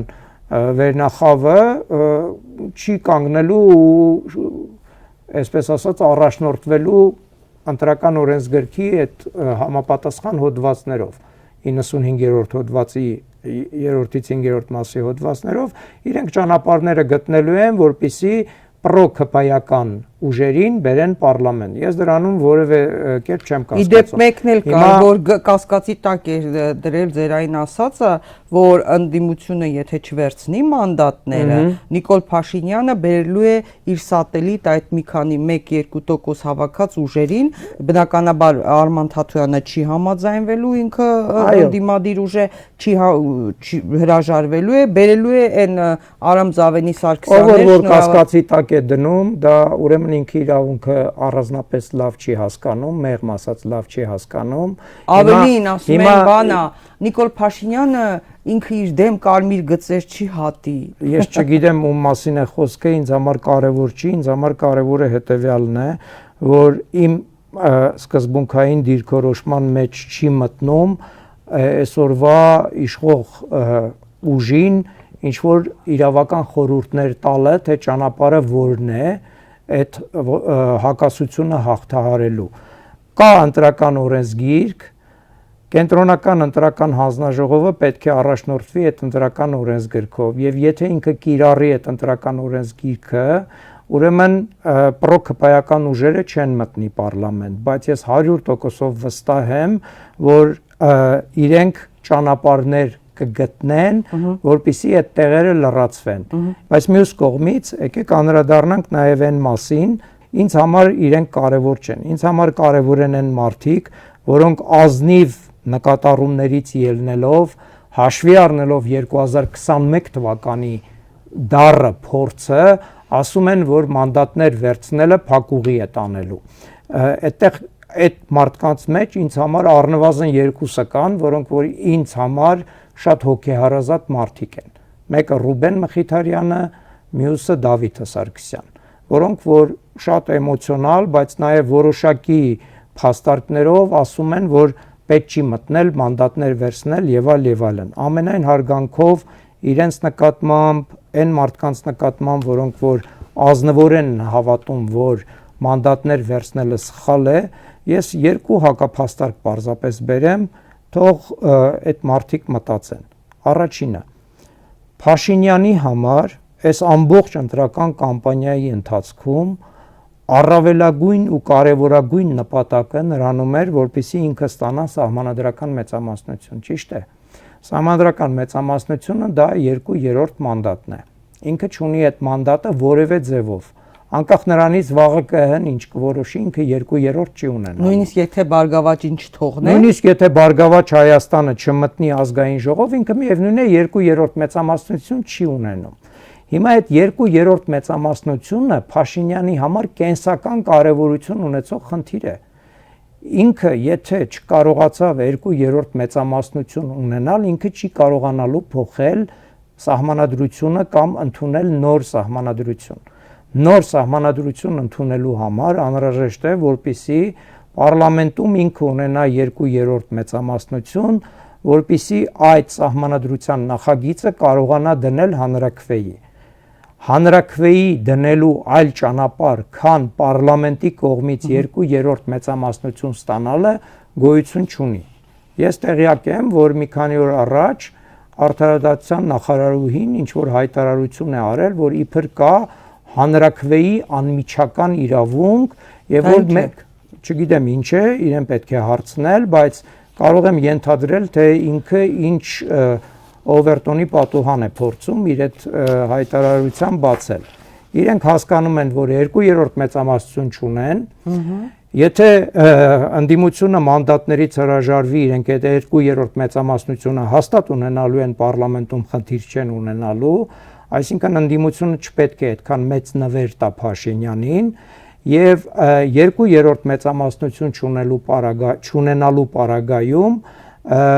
ամենայն հավանականությամբ իշխանությունը հիմա մտմտում է, որ առանց պարլամենտի ինչ որ մարդկանց ստորագրությունների թիվ հավաքելով 300,000 ստորագրություն, այսպես ասած, հանրաքվեի իրավունքը իրագործեն։ Ուրեմն սահմանադրության մեջ հանրաքվեի իրավունք հասկացություն գոյություն չունի։ Այն ինչ որ արտադրության նախարարը ասում է, նման բան սահմանադրության մեջ գոյություն չունի։ Սահմանադրության 48-րդ հոդվածի առաջին մասը խոսում է այն մասին, որ 18 տարին լրացած Հայաստանի Հանրապետության քաղաքացիները ունեն հանրաքվեին մասնակցելու իրավունք։ Մասնակցելու իրավունքը շեշտում է։ Այսինքն սահմանադրությունը ելնում է նրանից, որ Հայաստանի Հանրապետությունում կա հանրաքվեի ինստիտուտ, հանրաքվեի ինստիտուտը կարգավորված է սահմանադրությունում եւ հանրաքվեի մասին սահմանադրական օրենքում, ընդհանրապես հանրաքվեի մի քանի տեսակ կա հարցերի հետ կապված եւ 48-րդ հոդվածը ընդհանրապես ասում է, որ եթե այդ որևէ տեսակներից մեկով հանրաքվե է կազմակերպվում, ապա ասենք Ռուսաստանի Հանրապետության 18 տարին լրացած քաղաքացին չի կարող մասնակցել այդ հանրաքվեին մասնակցելու իրավունք ունեն միայն 18 տարին լրացած Հայաստանի Հանրապետության քաղաքացիները, բայց դա չի նշանակում, որ ես եւ դուք ունենք հանրաքվեի իրավունք։ Հանրաքվեի իրավունքը նշանակում է, որ մենք երկուսով հիմա որոշում ենք հանրաքվե անցկացնել, հայտարարում ենք ձեր լրատվամիջոցով, հարգելի հայ ժողովուրդ, մենք ասենք օգոստոսի 2-ին հանրաքվե ենք իրականացնում, եկեք այս ինչ տեղերը մենք այնտեղ քվեատուփեր ենք դրել, եկեք քվեարկեք ու մենք հանրաքվե ենք անցկացնում։ Այ հանրաքվեի իրավունքը դա է։ Նման իրավունք Հայաստանի Հանրապետությունում չկա։ Ու իրավաբանի համար իսկապես պետք է գոնե ինչ որ կարմիր գիծ լինի նման անհեթեթություններ ուրեմն հրապարակայնորեն հայտարարելու մասին, որ Հայաստանում կա հանրաքվեի անմիջական իրավունք։ Հիմա մի քիչ երկարեց, բայց վերադառնանք մանդատներին։ Ուրեմն իմ առաջին հակափաստարկը հետևյալն է. Փաշինյանը երազել է ունենալ 2/3 սահմանադրական մեծամասնություն, հիմա ինքը այդ երազանքին չի հասել եւ հիմա ցավոք սրտի մարդիկ կան, որոնք որ ասում են թող ինքը հասնի այդ երազանքին եւ դրան հասնելու ճանապարհը Փաշինյանի համար այն է, որ ընդդիմությունը հրաժարվի մանդատներից։ Սա առաջինը։ Երկրորդը Եվ էլի անդրադառնամ իմ կողմից հարգված մարդկանց այն խմբին, որոնք որ ասում են, որ պետք չի վերցնել մանդատները։ Տեսեք, իրենք մոտարապես այսպես են մտածում, որ բացի այդ դառը փորձառությունից, որ իրենք տեսել են 21 թվականի պարլամենտում, ընդդիմության գործելակերպից, իրենք ասում են, որ երբ որ դու գնում ես պարլամենտ, դու այլևս հույսդ չես դնում փողոցային պայքարի վրա, դու չես աշխատում ժողովրդի հետ, գնում ես մերվում ես այդ պարլամենտական աշխատանքին ազգային ժողովին։ Բայց երբ որ ես ասում եմ, որ պետք է մանդատները իմ կարծիքով անպայմանորեն վերցնել, ես միաժամանակ նաև ասում եմ, որ դա բավարար չէ։ Եթե դու գնում ես որպես ընդդիմություն ազգային ժողով վերցնում ես այդ մանդատները, դա մեկ ճանապարհ է պայքարի, որտեղ դու ունես գործիքակազմ, կարող ես պայքարել քո հիմնական նպատակին հասնելու համար։ Եթե դու գնում ես պարլամենտ, մինչև պարլամենտ գնալը դու որպես ընդդիմադիր ուժեր պետք է հստակ ասես քո նպատակը որն է։ Եթե քո նպատակը իշխանափոխությունն է, դու դա պետք է ասես ուղղակիորեն, որ ես գնում եմ պարլամենտ իշխանափոխություն իրականացնելու համար, եւ պետք է միաժամանակ շատ հստակորեն նաեւ ասես, որ ես գնում եմ մի պարլամենտ, որտեղ եթե այս կեղծված ընտրությունների արդյունքները դառնալու են վերջնական արդյունքներ ու սահմանադրական դատարանն էլ դա վերահաստատելու է, ես այդտեղ բավարար ձայներ չունեմ, որպեսզի այդ իշխանափոխությունն իրականացնեմ։ Ուստի այդ նույն ընդդիմությունը պետք է նաև առաջին քայլից հետո, այսինքն մանդատները վերցնելուց հետո, դրան զուգահեռ այսօր իսկ արդեն հայտարարի, որ ինքը անպայման գեներացնելու է փողոցային պայքար, որովհետև առանց այդ փողոցային պայքարի քո պարլամենտական պայքարը երբևէ չի կարող հանգել հաջողության։ Այ դրանում էլ դու չես կարողանալու, տեսեք չեն կարողանում իշխանափոխություն անել այս սահմանադրությամբ, ասում են փողոց գեներացրեք։ իշխանափոխություն Երբ որ դուք ասում եք ինձ այդ զրույցում, որ եւ պետք է մանդատները վերցնել եւ փողոց գեներացնել եւ այս ամեն ինչը միաժամանակ անել, այդտեղ էլ են ձեզ մեղադրում։ Դե մեղադրողները չեն հասկանում կամ չեն ուզում հասկանալ, իսկ որ ինտելեկտուալ կարողություններ չունի չհասկանալու, ես չեմ կարող բոլոր այդ մարդկանց ինչ որ դասեր տալ բացատրել։ Ես հույս ունեմ, որ շատ մարդիկ հասկանում են, նրանք ովքեր ցանկություն ունեն հասկանալու։ Հիմա երկրորդ փաստարկը ավարտեմ։ Տեսեք, երբ որ մենք ունենում ենք փողոցում պայքար, երբ որ բոլոր 3 ընդդիմադիր ուժերը, որոնք այս պահի դրությամբ պետք է անցնեն պարլամենտ, իրենք հայտարարում են, որ պարլամենտական իրենց պայքարը առանց փողոցային պայքարի անարդյունավետ է եւ իրենց համար կարևորագույնը իշխանափոխության խնդիրն է, իրենք պետք է գեներացնեն այդ պայքարը։ Եվ պատկերացնենք, հասել ենք մի իրավիճակի, որ այդ փողոցային պայքարը հասել է հաջողության։ Տեսեք, մենք օրինակի համար սրբազան պայքարի շրջանակներում ինչ որ մի պահի շատ մեծ, ուրեմն հանրություն ունեինք, որոնք փոփոխություն էին պահանջում, բայց դա որևէ արդյունքի չհանգեց։ Չհանգեց այն պարզ պատճառով, որ կամ դու պետք է գնայիր հեղափոխության, ջարդեիր, փշրեիր ամեն ինչը, ասեիր ինձ համար որևէ իրավական նորմ եւ այլն ընդհանրապես որևէ նշանակություն չունի, մենք հիմա հեղափոխական կոմիտե ենք ստեղծել, իրավապահ բոլոր համակարգին հնազանդեցրել ենք մեզ, հիմա մենք նոր էջից առանց որևէ իրավական դրույթներին դիմելու հայտարարում ենք, որ Հայաստանում այսպիսի իշխանություն է հաստատված։ Հիմա նման իրավիճակ ես հիմա չեմ տեսնում, վաղն էլ չեմ տեսնելու, մյուս օրն էլ չեմ տեսնելու, ես պարզ բան եմ ասում։ Եթե դու կարողացել ես գեներացնես այդպիսի հեղափոխական իրավիճակ, դու օգտագործի այն գործիքը, որը որ դու ունես պարլամենտում, ու փոխի այդ վարչապետին, որովհետև դրա համար պետք չի, որ դու անպայման գնաս պարլամենտը ոչնչացնես, կառավարության շենքը ոչնչացնես ու ասես, որ ես հեղափոխական ուժ եմ եւ վերցրել եմ իշխանությունը իմ ձեռքը։ Այսինքն մոտավորապես 1917 թվականի նման չպետք է ասես, որ կառավարությունը, ուրեմն ժամանակավոր կառավարությունը տապալված է, հեղափոխական կոմիտեն իշխանությունը վերցրել է իր ձեռքը։ Ես դրա հեռանկարը չեմ տեսնում, ճիշտն ասած։ Եվ կարծում եմ, որ բոլոր նրանք, ովքեր դա ասում են, էլի չեն տեսնում։ Ի վերջո, եթե նման իրավիճակ լինի, իմ փաստարկը շատ պարզ է։ Դու կարող ես պարլամենտում, եթե նման հեղափոխական իրավիճակ կա, մեծամասնություն փոխել։ Եվ այս մեծամասնություն վերցնեն, օրինակ, ասենք հանձնաժողովներում իրենց պաշտոնները, պարլամենտում մինչև հասանելիք։ Տիկին Սեյրան, մինչև դրան անդրադառնալ ես կուզենամ մինչև վերջ պարզ լինել, որովհետև երբեմն ինձ թվում է, որ ես այնքան պրիմիտիվ եմ բացատրում, որ չի կարող բանական մարդը չհասկանալ, բայց միևնույն է տարընթերցումներ եմ տեսնում նաև իմ շրջապատում, որոնք էլի լրացիչ հարցադրումներ են անում։ Հիմա նորից եմ ուզում անդրադառնալ երկրորդ փաստարկին։ Եթե դու կարողացել ես հասնել հեղափոխական իրավիճակի, դու մանդատ վերցնելու պարագայում նաև ունես այն իրավական լեգալ գործիքը, որով դու կարող ես ազգային ժողովի միջոցով լեգալ ձևով A վարչապետին փոխարինել B վարչապետով։ Եթե դու պարլամենտում չես, դու այդ գործիքը չունես։ 1. Երկրորդը, եթե դու ընդհանրապես պարլամենտում ներկայացված չես, բայց ունես այդ իմ ասած հեղափոխական իրավիճակը եւ ենթադրենք, որ նույն ՔՊ-ում արդեն խմբակցությունում ճաքեր են առաջացել, ինչ որ մի մասը այլևս Փաշինյանի կողմնակից չի, դու այդ պարագայում եւս էլի չունես այն գործիքակազմը, թե դու ոնց ես Փաշինյանին փոխարինում մեկ այլ անձով։ Նույնիսկ եթե այդ հեղափոխական պայքարի պատճառով դրա արդյունքում Փաշինյանը երկրից փախնի, այդ նույն ԿՊ-ն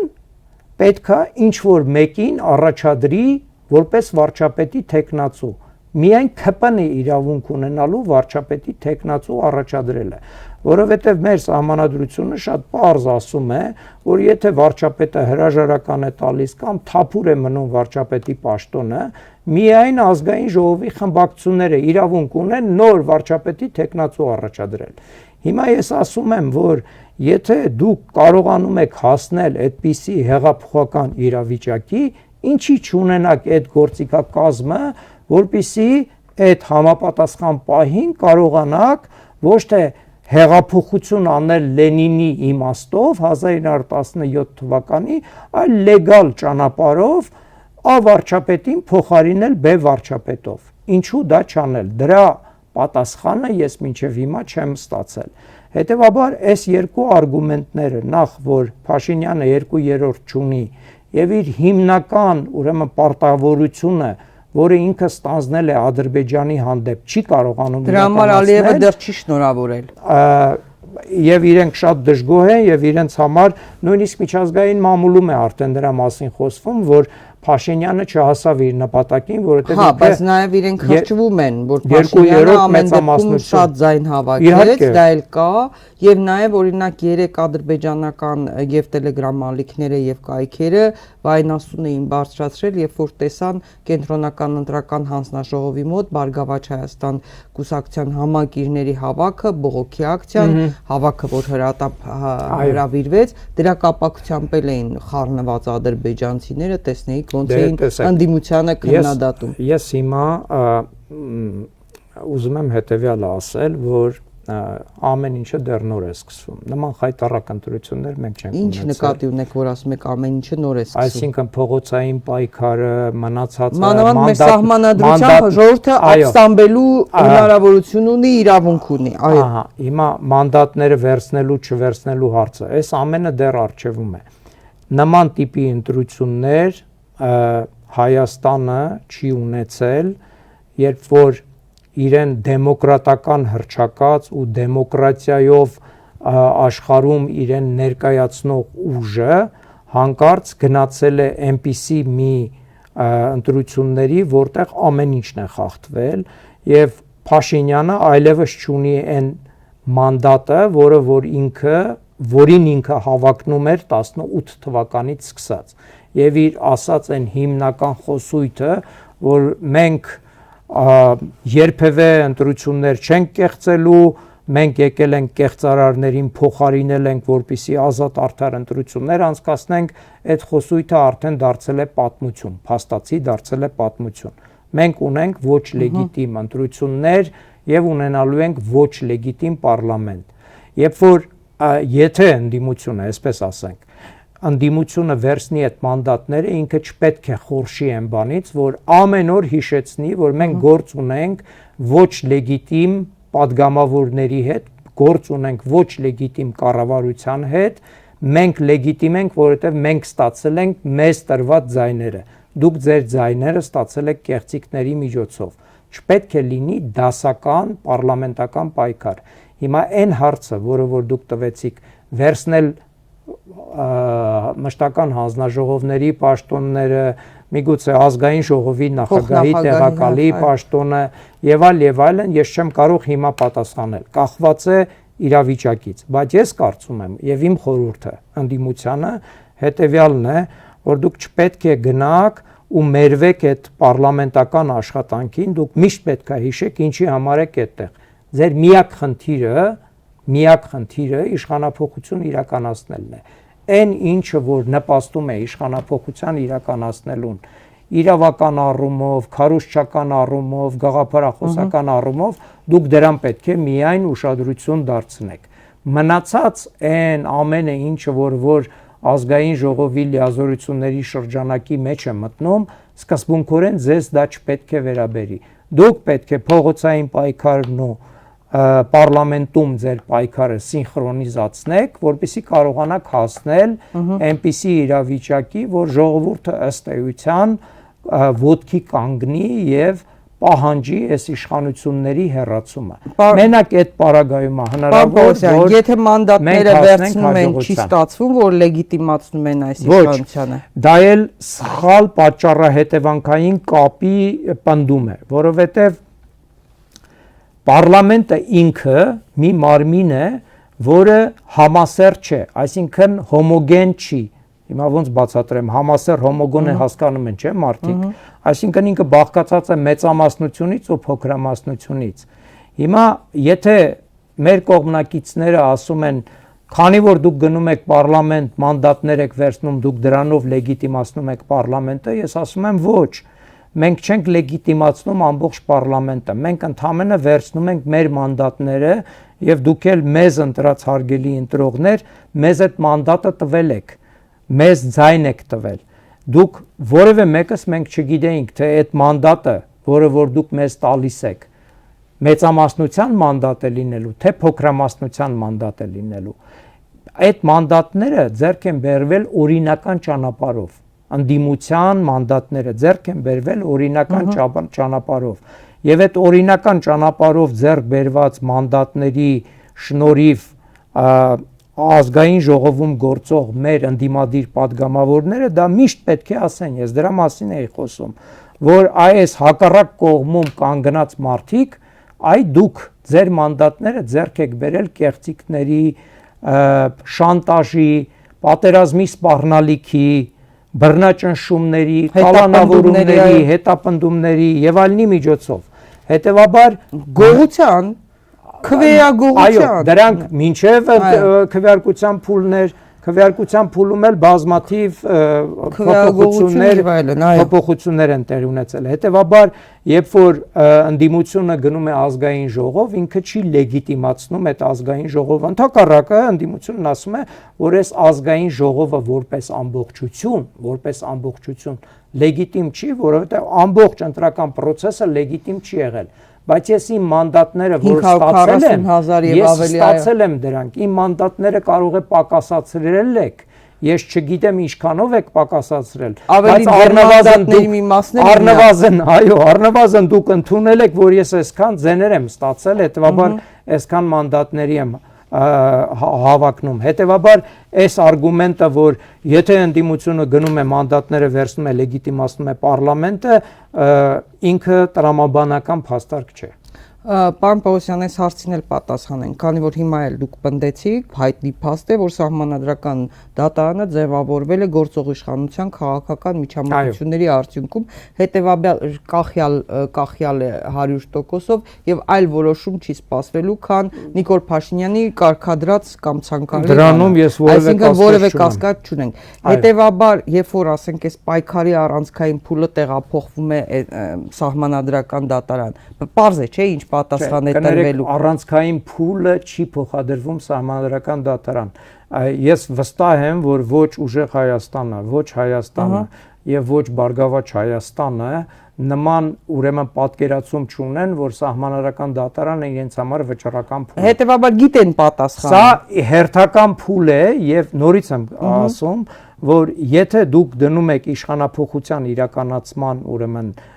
նպատակ, դուք պետք է օգտվեք բոլոր միջոցներից, բոլոր լեգալ միջոցներից։ Այդ լեգալ միջոցների մեջ մտնում է, ինչպես ուժեղ Հայաստանը հիմա արեց, կենտրոնական ընտրական հանձնաժողով 3 ներկայացրել են դիմում, որպիսի կենտրոնական ընտրական հանձնաժողովը վաղը անվավեր ճանաչի այս ամբողջ ընտրությունների արդյունքները։ Հիմա դրա մասին էլ խոսելու, դրա մասին խոսելու են։ Սահմանադրական դատարանում էլ այդ ամենը ներկայացնելը միայն մի նպատակ պետք է հետապնդի, քանի որ Սահմանադրական դատարանում այդ գործընթացը բաց հրապարակային է լինելու, բանավոր դատաքննություն է լինելու, մեդիաները կարող են բաց մեդիաները բոլորը հետևելու են, ընդդիմությունը պետք է պատռի այդ կարծեցյալ լեգիտիմության դիմակը, ցույց տա,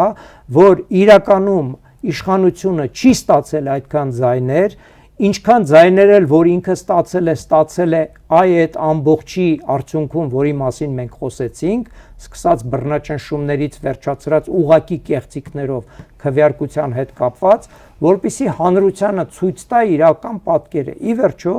մարդիկ երբ են փողոց դուրս գալիս, երբ որ իրենք տեսնում են, որ կա անարդարություն, եւ իրենք պատրաստ են այդ անարդարության դեմ պայքարել։ Եվ սահմանական դատարանում ընդամենը նպատակը ընդդիմության պետք է լինի ցույց տալու, թե ինչ ահավոր մասշտաբների կեղծիքներ են տեղի ունեցել այս ընտրությունների արդյունքում, որպեսզի մարդկանց ցույց տալով ճշմարտությունը մոտիվացնի այդ պայքարին։ Քանի որ անդրադարձանք նաև հիմա Բարգավաճ Հայաստանի հարցը ամենաակտուալն է, նույնիսկ օրինակ Ավետիք Չալաբյանը Հայաքվե միավորման համակարգողը, նա ասում էր, եթե Բարգավաճ Հայաստանի ձայները վերջնահաշվարկով դարձյալ գողանում են, ապա ոչ մի ընդդիմադիր ուժ պետք է մանդատ չվերցնի եւ չմտնեն պարլամենտ, այսպիսի տեսակետ կա նաև եւ պետք է ոչ լեգիտիմ համարեն այս ընտրությունները, բայց երեք կենտրոնական ընտրական հանձնաժողովի Facebook-յան էջում ներկայացվել էին որոշ տվյալներ, ամփոփվել էր 637 ընտրական տեղամասերի քվեարկության վերջնահաշվարկի արդյունքները եւ նշվել էր, որ ուժեղ Հայաստանը 340,088 քվեն ավելացրել է 508-ով, միասնության թևերը 33,644-ից նվազել է 56-ով, Բարգավաճ Հայաստանը 5838 քվեն ավելացրել է 147-ով, քաղաքացիական պայմանագիրը 727,820 քվեն ավելացրել է 1148-ով, Հայաստան դաշինքը իր 145,113 քվեն ավելացրել է 217-ով, անճշտությունների գումարային չափը 1279-ից ավելացել է 230-ով, անվավեր քվեաթերթիկների թիվը 17097-ից նվազել է 859-ով, հա, եւ ուղղակի հիշեցնենք, որ այս արդյունքները անվավեր ճանաչած 3 ընտրատեղամասերում Բարգավաճ Հայաստանը կորցրել էր 213 ձայն։ Նաեւ նշեմ, որ Բարգավաճ Հայաստանի ներկայացուցիչ Իվետա Տոնոյանը հայտարարել էր, որ կենտրոնական ընտրական հանձնաժողովի փոխնախագահը ասել էր, որ այս տվյալներից չեն հանել այդ 3 ընտրատեղամասերի տվյալները, որոնք չեղյալ են հայտարարվել։ Հարցը հետեւյալն է, մոտից կախված է, արդյոք Բարգավաճ Հայաստանը անցնում է թե ոչ, որտեվ թիվ 1 հարցը սա է, Փաշինյանը ամեն կերպ փորձում է Բարգավաճ Հայաստանին չմտցնի։ Բնականաբար, ինչու եւ եկեք այս հաշվարկներին անդրադառնանք։ Տեսեք, ես 3 երեկոյան ծանոթացել եմ այդ տվյալներին եւ նաեւ հաշվարկել եմ, թե եթե այդ թվերը լինեն վերջնական, ապա այդ պարագայում ինչ պատկեր է ստացվելու ապագա պարլամենտում։ Ուրեմն, եթե կենտրոնական ընտրական հանձնաժողովի այդ տվյալները վերջնական են եւ վերաբերում են բոլոր այն ընտրատեղամասերին, որոնք Հայաստանի Հանրապետությունում գոյություն ունեն, ներառյալ են 3 ընտրատեղամասերը, որտեղ ընտրությունների արդյունքները անվավեր են ճանաչվել, եթե դրա մասին է խոսքը, եթե այդ թվերը, որոնք որ իրենք հրապարակել են եւ նշել են, թե յուրաքանչյուր կուսակցություն կամ դաշինք ինչքան ձայն է ստացել վերահաշվարկի արդյունքում վերջնական, ապա այդ պարագայում Բարգավաճ Հայաստան կուսակցությունը հաղթահարում է 4%-ի արգելքը եւ պետք է մտնի ազգային ժողով։ Տեսեք, ինչպես է այդ հաշվարկը կատարվում։ Եթե մենք ունենք բոլոր 18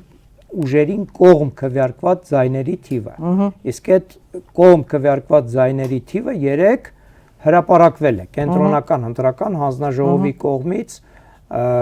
Facebook-յան էջում, ինչպես ես իմացա, ես նայել եմ միայն լրատվամիջոցներում տրվածը, այնտեղ հղում էր արվում նրան, որ կենտրոնական ընտրական հանձնաժողովի տվյալներով է դա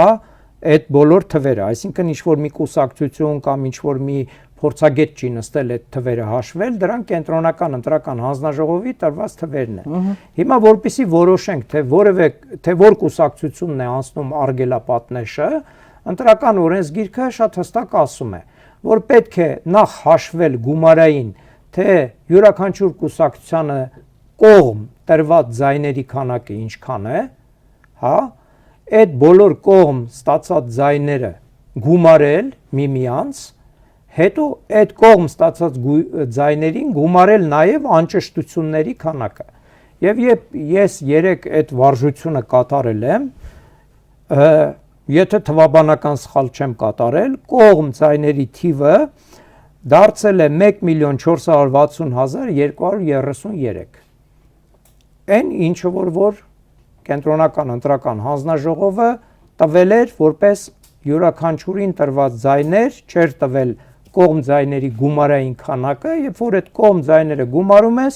դառնում է 1,460,233։ Հիմա անճշտությունների չափի վերաբերյալ կենտրոնական ընտրական հանձնաժողովը ասել էր, որ ինչ է արել, շատացել թե քչացել էր անճշտությունների չափը։ Նվազել է։ Անվավեր քվեաթերթիկների թիվը նկատի։ Չէ, անճշտությունների գումարային չափը 1279-ից ավելացել է 230-ով։ Ահա, շատ լավ։ Հիմա եթե ավելացել է գումարում ես այդ 239-ով, անճշտությունների չափը դառնում է 1509։ Ինչի է կարևոր անճշտությունների չափը, որովհետև առանց անճշտությունների չափի դու չես կարող ասել, թե որ կուսակցությանը ինչքան տոկոս ձայն է հասել եւ քանի տոկոս մանդատ է հասնելու, որովհետեւ ընտրական օրենսգիրքը ասում է, որ դուք պետք է վերցնեք բոլոր կուսակցություններին, բոլոր ուժերին կողմ տրված ձայների քանակը, դրան գումարեք անճշտությունների չափը, ստանում եք այդ X թիվը եւ այդ X թվից արդեն դուք սկսում եք հաշվել, թե քանի տոկոս ուրեմն ձայն է ստանում ԿՊ-ն, քանի տոկոս ուժեղ Հայաստանը, քանի տոկոս Հայաստան դաշինքը եւ քանի տոկոս Բարգավաճ Հայաստանը։ Եւ եթե այդ կողմ ձայների գումարը եւ անճշտությունների չափը իրար հետ գումարում ենք, մենք ստանում ենք 1,461,742 ձայն։ Այդ 1,461,742 ձայնից հաշվվում է, թե յուրաքանչյուր կուսակցության հասանելիք մանդատները ինչքան են։ Սկզբից հաշվում ենք, թե տվյալ կուսակցության ձայների տոկոսային հարաբերակցությունը ոնց է, որպեսզի հասկանանք իրենք անցել են թե չեն անցել արգելապատնեշը, եւ եթե այդ թվերը ճիշտ են ու վերջնական են, ապա ԿՊ-ի տոկոսային հարաբերակցությունը ստացվում է 49,87%, ուժեղ Հայաստանինը 23,3%, Հայաստան դաշինքին 9,94%, Բարգավաճ Հայաստան կուսակցությանը 4,38%։ Մեր ընտրական օրենսգիրքը հստակ ասում է, որ արգելապատնեշը հաղթահարում է այն կուսակցությունը, որը ունի 4% ձայներ։ 4% ձայներ ինքը ունի։ Բայց կենտրոնական ընտրական հանձնաժողովի փոխնախագահը ասել է, որ այդ թվերի մեջ 3 անվավեր ճանաչված տեղամասերի տվյալները չեն հանել այս թվի։ Ես չեմ պատկերացնում, թե ինչի չեն հանել։ Որ քիչ առաջ տեղեկացա, որ հաստաբան Արամ Օրբելյանը դատարան է դիմել այդ տեղամասերը անվավեր ճանաչելու որոշման դեմ, նաև վերաքվեարկության պահանջներ քիչ անց կենտրոնական ընտրական հանձնաժողով մուտք կարվի։ Շատ լավ, ես վարչական դատարան դիմելու հետ կապված ինֆորմացիա չունեմ, բայց եկեք անդրադառնանք այդ 3-ին։ Տեսեք, շատ տարօրինակ կլինի, որ հանկարծ նման իրավիճակ լինի, որ կենտրոնական ընտրական հանձնաժողովը հրապարակելով այս բոլոր թվերը, նույնիսկ նշելով, թե ամեն մեկին ինչքանով է ավելացել կամ պակասել կողմ ձայները, հանկարծ ասի, որ գիտեք ինչ կա, այդ 3 տեղամասերը ընդհանրապես բան չեն, հաշվառված չեն։ Այսինքն տրամաբանություն չի լինի դրա մեջ, որովհետև երբ որ ուրեմն կենտրոնական ընտրական հանձնաժողովը չունենալով իհարկե լիազորություն, բայց 2 ընտրական տեղամասերում, որտեղ որեն զինվորականներն էին քվեարկում 20:00-ից հետո, հանկարծ անվավեր է ճանաչում այդ արդյունքները եւ ընտրական հանձնաժողովներից մեկն էլ 3-րդ տեղամասն է այդ արդյունքները անվավեր ճանաչել, հանկարծ ասեն, որ այնտեղ մենակ ԲՀԿ-ի ձայներն են կորել, բայց մնացածներին կան։ Չի կարող այդպես բան լինի։ Ուրեմն, եթե մենք ունենք 2006 ընտրական տեղամաս, ստացվում է, որ այդ 3 տեղամասերը ըստ էության դադարում են գոյություն ունենալուց, որովհետև այնտեղ ոչ մի արդյունք չի գրանցվել։ Այնտեղ իրենք անվավեր են ճանաչել բոլոր արդյունքները։ Հիմա եթե այդ 3 տեղամասերն էլ հանում ենք եւ իրականում կենտրոնական ընտրական հանձնաժողովը 2003 տեղամասի արդյունքներն է հրապարակել, այն թվերը, որը որ ես ասացի, գումարեցի, դրան ավելացրեցի անճշտությունների քանակը, ապա Բարգավաճ Հայաստանը անցնում է արգելապատնեշը։ Հիմա խնդիրը հետեւյալն է եւ բոլորիս հետաքրող հարցը այն է,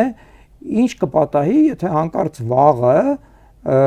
կենտրոնական ընտրական հանձնաժողովը հանկարծ ասի, որ ԲՀԿ-ն չի անցել այդ արգելապատնեշը եւ միևնույն ժամանակ վերաքվեարկություն ուրեմն սահմանի այդ 3 ընտրատեղամասերում։ Դա կլինի ընտրական օրենսգրքի տոտալ ոտնահարում, որովհետեւ կենտրոնական ընտրական հանձնաժողովը ըստ ընտրական օրենսգրքի կամ վաղը պետք է ասի, որ ընտրությունները ավարտված են եւ մանդատները բաշխվում են այս կամ այն կերպ, կամ պետք է ասի, որ ընտրությունների նախնական ուրեմն արդյունքներն են սրանք, նախնական բաշխումն է այսպես, դա այն դեպքում, երբ որ որևէ կուսակցություն չի հավակնում մանդատների բացարձակ մեծամասնությանը, սա այդ դեպքը չի, որովհետեւ ԿՊ-ն հավակնում է ըստ կենտրոնական ընտրական հանձնաժողովի հրապարակած թվերի հավակնում է դրան եւ մնում է երրորդ տարբերակը, որ կենտրոնական ընտրական հանձնաժողովը վաղը հայտարարի, որ այդ 3 տեղամասերում, 3 ընտրական տեղամասերում, որոնք արդյունքները անվավեր են ճանաչվել, նշանակում է վերաքվեարկություն։ Կարճ մեկ նախադասությամբ ասած, եթե կենտրոնական ընտրական հանձնաժողովի հրապարակած թվերով Բարգավաճ Հայաստան կուսակցությունը չի անցնում պարլամենտ, կենտրոնական ընտրական հանձնաժողովը այլ տարբերակ չունի, քան թե այդ 3 ընտրատեղամասերում նշանակելու վերաքվեարկություն։ Այսինքն որևէ պարագայում վաղը կենտրոնական ընտրական հանձնաժողովը չի կարող ասել, որ ԲՀԿ-ն չի անցել պարլամենտ եւ ընտրությունների արդյունքները վերջնականորեն ամփոփված են։ Դա հնարավոր չի ըստ օրենքի։ Հիմա էլի ինձ կարող են ասել, դե օրենքում մի բան է, կյանքում մեկ այլ բան է եւ այլն, միշտ այդպես լինում է։ Հիմա եթե կենտրոնական ընտրական հանձնաժողովն էլ նման հանկարծ որոշման հանգի, ուրեմն կենտրոնական ընտրական հանձնաժողովն էլ իր վրա պետքա խաչ քաշի, որտեղ ընտրական օրենսգիրքը այլ կերպ հնարավոր չի մեկնաբանել։ Ընտրական օրենսգիրքը ունի պարզ տրամաբանություն, երբ որ ուրեմն ընտրությունների արդյունքներն են ամփոփվում։ Տրամաբանությունը հետեւյալն է, որ եթե ընտրական տեղամասերի բոլոր արդյունքների գումարման հետևանքով մենք չենք կարողանում պարզել, թե որ կուսակցությունը կամ դաշինքն է մտել պարլամենտ, այդ դեպքում մենք պետք է այն տեղամասերում, որոնք որ վիճելի են, անցկացնենք վերաքվեարկություն, որպեսզի պարզենք, թե մարդկանց կամքը այդ 3 ընտրատեղամասերում որն է իրական կամքը, արձանագրենք այդ արդյունքները, հետո նորից մի հատ էլ գումարենք, հանենք, տեսնենք թե այն կուսակցությունը, որը որ չէր հաղթահարում արգելապատնեշը, այդ 3 ընտրատեղամասերում վերաքվեարկության արդյունքով անցնում է թե չի անցնում։ Դրա համար եմ ասում, որ վաղը կենտրոնական ընտրական հանձնաժողովը ցանկացած պարագայում, եթե ինքը առաջնորդվում է ընտրական օրենսգրքով, չի կարող ասել ընտրությունները վերջացել են, ԲՀԿ-ն չի անցել ազգային ժողով։ Նման տարբերակը բացառվում է։ Վերջում նաև անդրադառնանք, ինչու է կենսական հարց դարձել Փաշինյանի համար ԲՀԿ-ի մտնել չմտնելը, որ այսպես կռիվ է տալիս ամեն մանդատի համար եւ որքանով է կիսում այդ տեսակետը, որ օրինակ Ավետիք Չալաբյանը ասում է եւ էլի կան մարդիկ, եթե Բարգավաճ Հայաստանին չեն անցկացնում, թույլ չեն տալիս մտնել պարլամենտ, ուրեմն պետք է մյուս ընդդիմադիր ուժերն էլ հրաժարվեն մանդատից։ Ես այդտեղ որոշակի տրամաբանություն տեսնում եմ, քաղաքական ուժերի գնահատման խնդիր է, որովհետեւ տեսեք, ես հիմա ասում եմ ու վստահ եմ, որ բազմաթիվ մարդիկ են կիսում այդ կարծիքը, որ այս ընտրությունները անարդար, անազատ ընտրություններ են եւ մենք ունենք գործ ոչ ապագա ոչ լեգիտիմ խորհրդարանի հետ։ Բայց եթե կենտրոնական ընտրական հանձնաժողովն էլ ընտրական օրենսգրքի շատ པարզ դրույթները մեկնաբանում է այնպես, որոնք որ ուղղակիորեն միակողմանիորեն իօգուտ են ՔՊ-ին Նիկոլ Փաշինյանին, ինքը ոտնահարում է ամբողջ ընտրական գործընթացը, որովհետև ընտրական օրենսգիրքը շատ հստակ ասում է, ով է անցնում պարլամենտ, ով չի անցնում պարլամենտ։ Եվ այդ բոլոր հնարավոր տարբերակները ընտրական օրենսգրքում նկարագրված են։ Կենտրոնական ընտրական հանձնաժողովը պետք է ասի, որ եթե ինքը չի ուզում, որ ԲՀԿ-ն անցնի պարլամենտ, պետք է ասի, որ ինձ համար կարևոր չի 95-րդ հոդվածում այդ նշված իմ լիազորությունները, քանի որ ես հրաման եմ ստացել վարչապետից, որպիսի նման արդյունքներ հայտարարեմ, ես հայտարարում եմ։ Կասի թե չի ասի կարևոր չի, բնականաբար չի ասի բարձրաձայն, բայց դա հենց կնշանակի, որ ինքը պարզապես կատարում է մեկ այլ անձի հրամանը։ Հիմա այդ պարագայում իսկապես խոսել լեգիտիմության որևէ նշույլ այլևս չի մնում այդ պարլամենտից։ Եվ այդ պարագայում միգուցե քաղաքական ուժերի համար կարող է դա ավելի իրատեսական տարբերակ լինել։ Տեսեք, մանդատներից հրաժարվելու հարցը չի լուծվում ժամանակագրական առումով, օրենսդրական առումով ինչ որ մի կոնկրետ ժամանակահատվածում։ Դուք այդ մանդատներից կարող եք հրաժարվել, երբ որ վերջնական արդյունքները կհայտարարվեն անմիջապես, կարող եք դրանցից հրաժարվել օգոստոսի 2-ին, կարող եք օգոստոսի 2-ից հետո հրաժարվել, այդ ամենը քաղաքական հաշվարկի ու քաղաքական իրավիճակի գնահատման խնդիր է։ Եվ այստեղ անշնորհակալ կլինի իմ կողմից ինչ որ խորհուրդներ տալը, բայց ինձ համար ակնհայտ է, որ եթե վաղը հայտարարվում են այնպիսի արդյունքներ, որի համաձայն Բարգավաճ Հայաստան կուսակցությունը եւս մտնում է պարլամենտ, ուրեմն մենք ունենալու ենք մի պարլամենտ, որտեղ Փաշինյանը չի ունենալու ոչ միայն 2/3 մեծամասնություն, այլ նաև չի ունենալու 3/5 մեծամասնություն, նաև դրա հետ կապված բարդություններով ընդդիմության ուրեմն գումարային մանդատների թիվը դառնալու է 45 60-ի դեմ, 60-45 հարաբերակցությունը այնքան վատ չի թվաբանորեն, ինչքան որ 2021 թվականին էր, երբ որ ընդդիմությունը բացարձակ փոքրամասնություն էր, եւ եկեք սպասենք, տեսնենք վաղվա արդյունքները ինչպիսին են, միշտ էլ առիթ կլինի հետո գնահատականներ տալ ու որոշել, թե իրավական եւ քաղաքական առումով որ տարբերակներն են ավելի նպատակահարմար ընդդիմության համար։ Շնորհակալ եմ, պարոն Պողոսյան, հետաքրքիր մանրամասների համար, որ ներկայացրեցիք։ Հարգելի հետևորդներ, մի բան պարզապես նաև հիշեցնեմ եւս մեկ անգամ, ԵԱՀԿ ԺՄԻԿ դիտորդական առաքելության ներկայացուցիչները համատեղ ասուլիս էին հրապարակել ներկայացնելով իրենց տեսակետները, իրենց զեկույցներում, որոնք ներառված էին, եւ նրանք խուսափել էին լրագրողների այն հարցին ուղղակի պատասխանել, թե արդյոք ազատ եւ արդար են գնահատում Հայաստանում հունիսի 7-ին տեղի ունեցած ազգային ժողովի ընտրությունները։ Եվրոպացի դիտորդները այնուամենայնիվ շատ լավ հասկանում են ինչ է տեղի ունեցել եւ ցանկացած պահի ինչպես կարող է իրավիճակը փոփոխության ենթարկվել։ Շատ հետաքրքիր էր, որ ԱՊՀ դիտորդական առաքելությունը շտապեց անմիջապես գնահատական հնչեցնել, ԱՊՀ դիտորդական առաքելության ղեկավարը Ղազախստանի ներկայացուցիչներ եւ ըստ մեր տեղեկությունների այնտեղ բավական ծանր զրույցներ են տեղի ունեցել Ռուսաստանի եւ Ղազախստանի ներկայացուցիչների միջև, այնուամենայնիվ ազգությամբ ղազախ